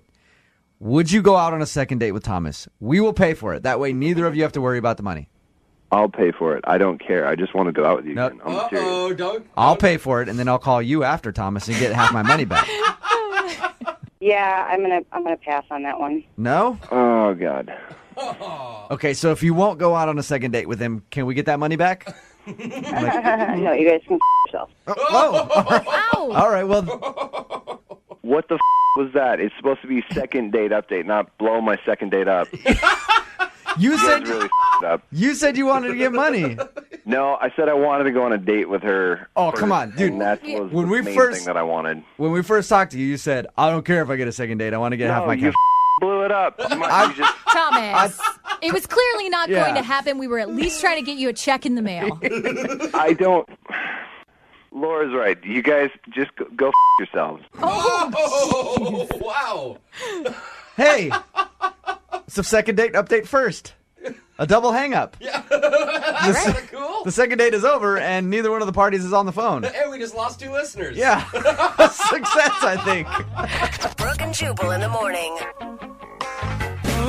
Text in at 78592. Well, actually, lots of texts in at 78592, all hating on me. I don't Yes. Yeah. understand what the big deal is. I was just trying to help the guy out for the second date update. Thomas called us, wanted us to ask Laura to give him a refund on his date because he spent a bunch of money. She wasn't calling him back. He said, if she's not going to call me back for a date, then I'd at least like some of my money back for the almost $300 that I He spent. was just being And bitter because it he comes out that she was just not calling him back because she was busy, legitimately busy. Yeah. And then I happened to drop the fact that he wanted his money back, and then she got pissed and didn't want to date with him. At the end, both of us told us to F off and then hung up the phone on us. I may have thrown him under the spots to people like, Jubal, you broke bro code. Listen. There are certain times when it's okay to break bro code. No. Yes, it is. Yeah. Like when we're trying to get ratings and we're trying to be funny. For entertainment purposes. For entertainment purposes, it is okay to break bro code. And yes, I did it. It's his Also, life, let's though. not remember this guy is not a stand-up guy. Yeah, he he said was. He said was she should have joking. put out You because guys. he paid for an expensive dinner in the first part. Do you Oh not my remember God, that? he did not And he say wanted that. his money back for the. Come on, Brooke. Yes, like he did. wanted his money back for I the wish I date. That's would've the first been thing he here did. When you guys recorded it, I think that he was just bitter and angry because he wasn't getting a call That's like back. the first time you ever would stand up for a guy Yeah, like that. wow. No, if you would have been here and you would have said, I want my money back, you would have been like, you're a No. evil douchebag. No. Yeah. Anyway, like I was saying, look, all right, it's okay to break bro code It is. in instances like that. No. Because I knew it would be funny. I don't. And it was funny. Lots of people at 78592 think it's funny. And Jose pointed out, hey, but that's his life that you're messing with. Yeah, right? that's what That I'm is his saying. life that I'm messing with, but also he's on our show, and that's my paycheck that I'm hopefully making bigger by messing with his life. So that's why I did it. Brooke and Jubal in the mornings. Second date update. I'm calling today's second date update Love with a Side of Broccoli Cheddar. That sounds delicious. It does sound good. And that's because the girl on the phone to do a second date update today spent her first date at the most romantic of restaurants, Panera Bread. Ooh. Yeah. It's amazing how all you have to do is say broccoli cheddar and we know exactly what you're talking about. Doesn't get sexier than Panera. Especially when you're waiting for your food and they give you that little vibrating device to tell you when it's ready, and it lights up and it vibrates, and you just sit there for a few minutes and enjoy the vibration before you get your soup. What's up, Deanna? How are you? Hello. Oh my God. What's going on? Well, I wanted to tell you guys about what's been going on and see if you can help me. Okay, so you had a romantic date at Panera Bread and you did something with a vibrating thing? I mean, that's how Jubal set it up anyway. What do you even call that thing? I don't know. Yeah. It's like Is a it- vibrating I just call it toaster. pleasurable. Okay. So tell us about your date. I understand you are throwing shade at Panera, but I liked it. I'm in college. I thought it was a college-appropriate first date. It is. I mean, and when you're talking about casual dining, it's pretty expensive. It still is, yeah. You know, it's pricier than like Subway and stuff. That's true, and he paid. So Nice. All right, Boom, sweet. There you go. So tell us a little bit about the dude. What's his name? his name is AJ. And All right. where'd you meet him? We met in a study group. Oh my God. College kids still really do meet people in real life? We do. Yeah, was it a study group app? No, but that's genius. We should make that. All right. So what'd you like about AJ?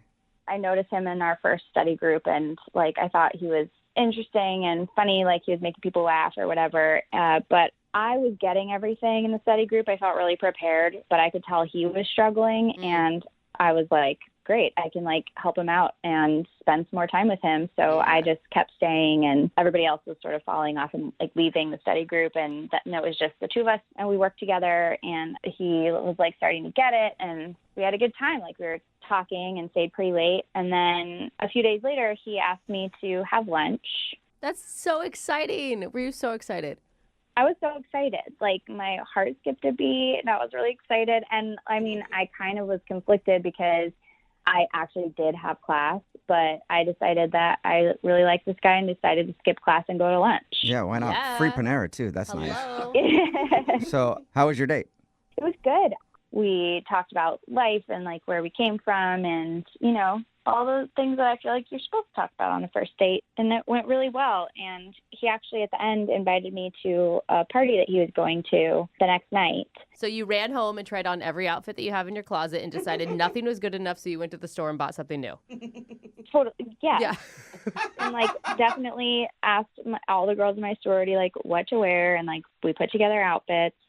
And so then the next night, which was the party, I was ready and waiting for his text with information, and I ended up waiting in my room all night for him to text, and he never texted He me. never texted you at all? No. Oh, and I bet you look so good. I felt really cute. Yeah, that's like the worst. And then you have to explain to every single person that you live with, like, oh, why are you still home? Exactly. They all helped me get ready, and then it just like never happened. It was so awkward. And I'm guessing you haven't heard anything from him since either. Well, no, because then the next day I texted him being like, what happened? Like, what's up? And he just never responded. Why do you want to see this drink again then? The thing is, you have to make it seem like to him, like, well, I had other plans anyway, even though you didn't, and you ended up waiting the whole time just to save a little bit of face. I know, something. And like what makes it even more awkward is we have class together tomorrow. Yeah, that's what I was going to ask. I was going to ask if you saw him since you guys are in that same group and everything. So it's like not even that I want something to keep happening. It's that I actually have to keep seeing this person. And so I want to get it worked out before. Yeah. Okay. Do you know anybody else who is at the same party? I don't think so. It's a group of people that I'm not friends with yet. So you couldn't get like a report on if he showed up alone or not? No, like, of course I'm worried that he got there and hooked up with someone right away and totally forgot. Right. You don't have any idea why he would blow you off like that, though? I really don't think I did anything. Like, we just met, and I've only been, like, very accommodating. Yeah. Right. And I just keep thinking back to our date at Panera, which I feel like went so well, and I just feel confused. Okay, cool. Well, we'll play a song and then come back and try to get an answer with your second date update, okay? Okay. All right, hang on. Moving 92.5. Brooke and Jubal in the mornings. Second date update. Right in the middle of a second date update, and if you're just joining us, Deanna is on the phone, and she wants to call a dude named AJ. They actually are in college together. They met in a study group, and then they had their first date at Panera Bread. She said she enjoyed it a lot, and then they made plans to go out to a party. She got all ready to go, but he never texted her. Also, to make matters worse, they have their class tomorrow, so she's probably going to see him, and she wants to get this all sorted out beforehand. And Deanna, I really hope this works out for you. I do. I do too. I really had a good time with him. I like him. I think he's a good guy. I hope, you know, in a few months, you guys hang out and then you're calling home from school to talk to your parents about a pregnancy scare or something like that. You know? That is so sweet. Yeah, I'm looking forward to a pregnancy scare in your future, and I think it's going to start right here. So I feel good about this. Thanks. Why aren't you angry at this guy? I'd be pissed. I am. Like, we definitely have to talk about this. It was rude for sure, but I'm open to understanding what happened. All right. All right, cool. Well, I'm going to dial his phone number right now and see if we can figure it out for you, okay? Thanks. All right, here we go.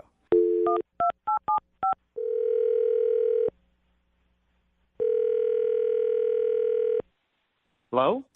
Hi, is this AJ? Yeah, who's calling? What's up, man? How are you? This is Jubal from Brooke and Jubal in the Morning. I don't know what that is. It's a radio show. It's called Brooke and Jubal in the Morning. Oh, okay. Why are you calling me? That is a good question. I'm calling you because we actually got an email from one of our listeners about you.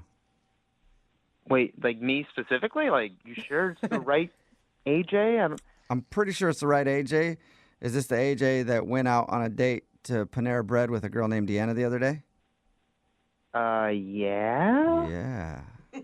Yep, that's why we're calling. But how do you know that from the email? How do you know that? I know that because we do a segment on our show. It's called the Second Date Update. It's where if you go out on a date with somebody and then end up not calling them back, that person can email us to get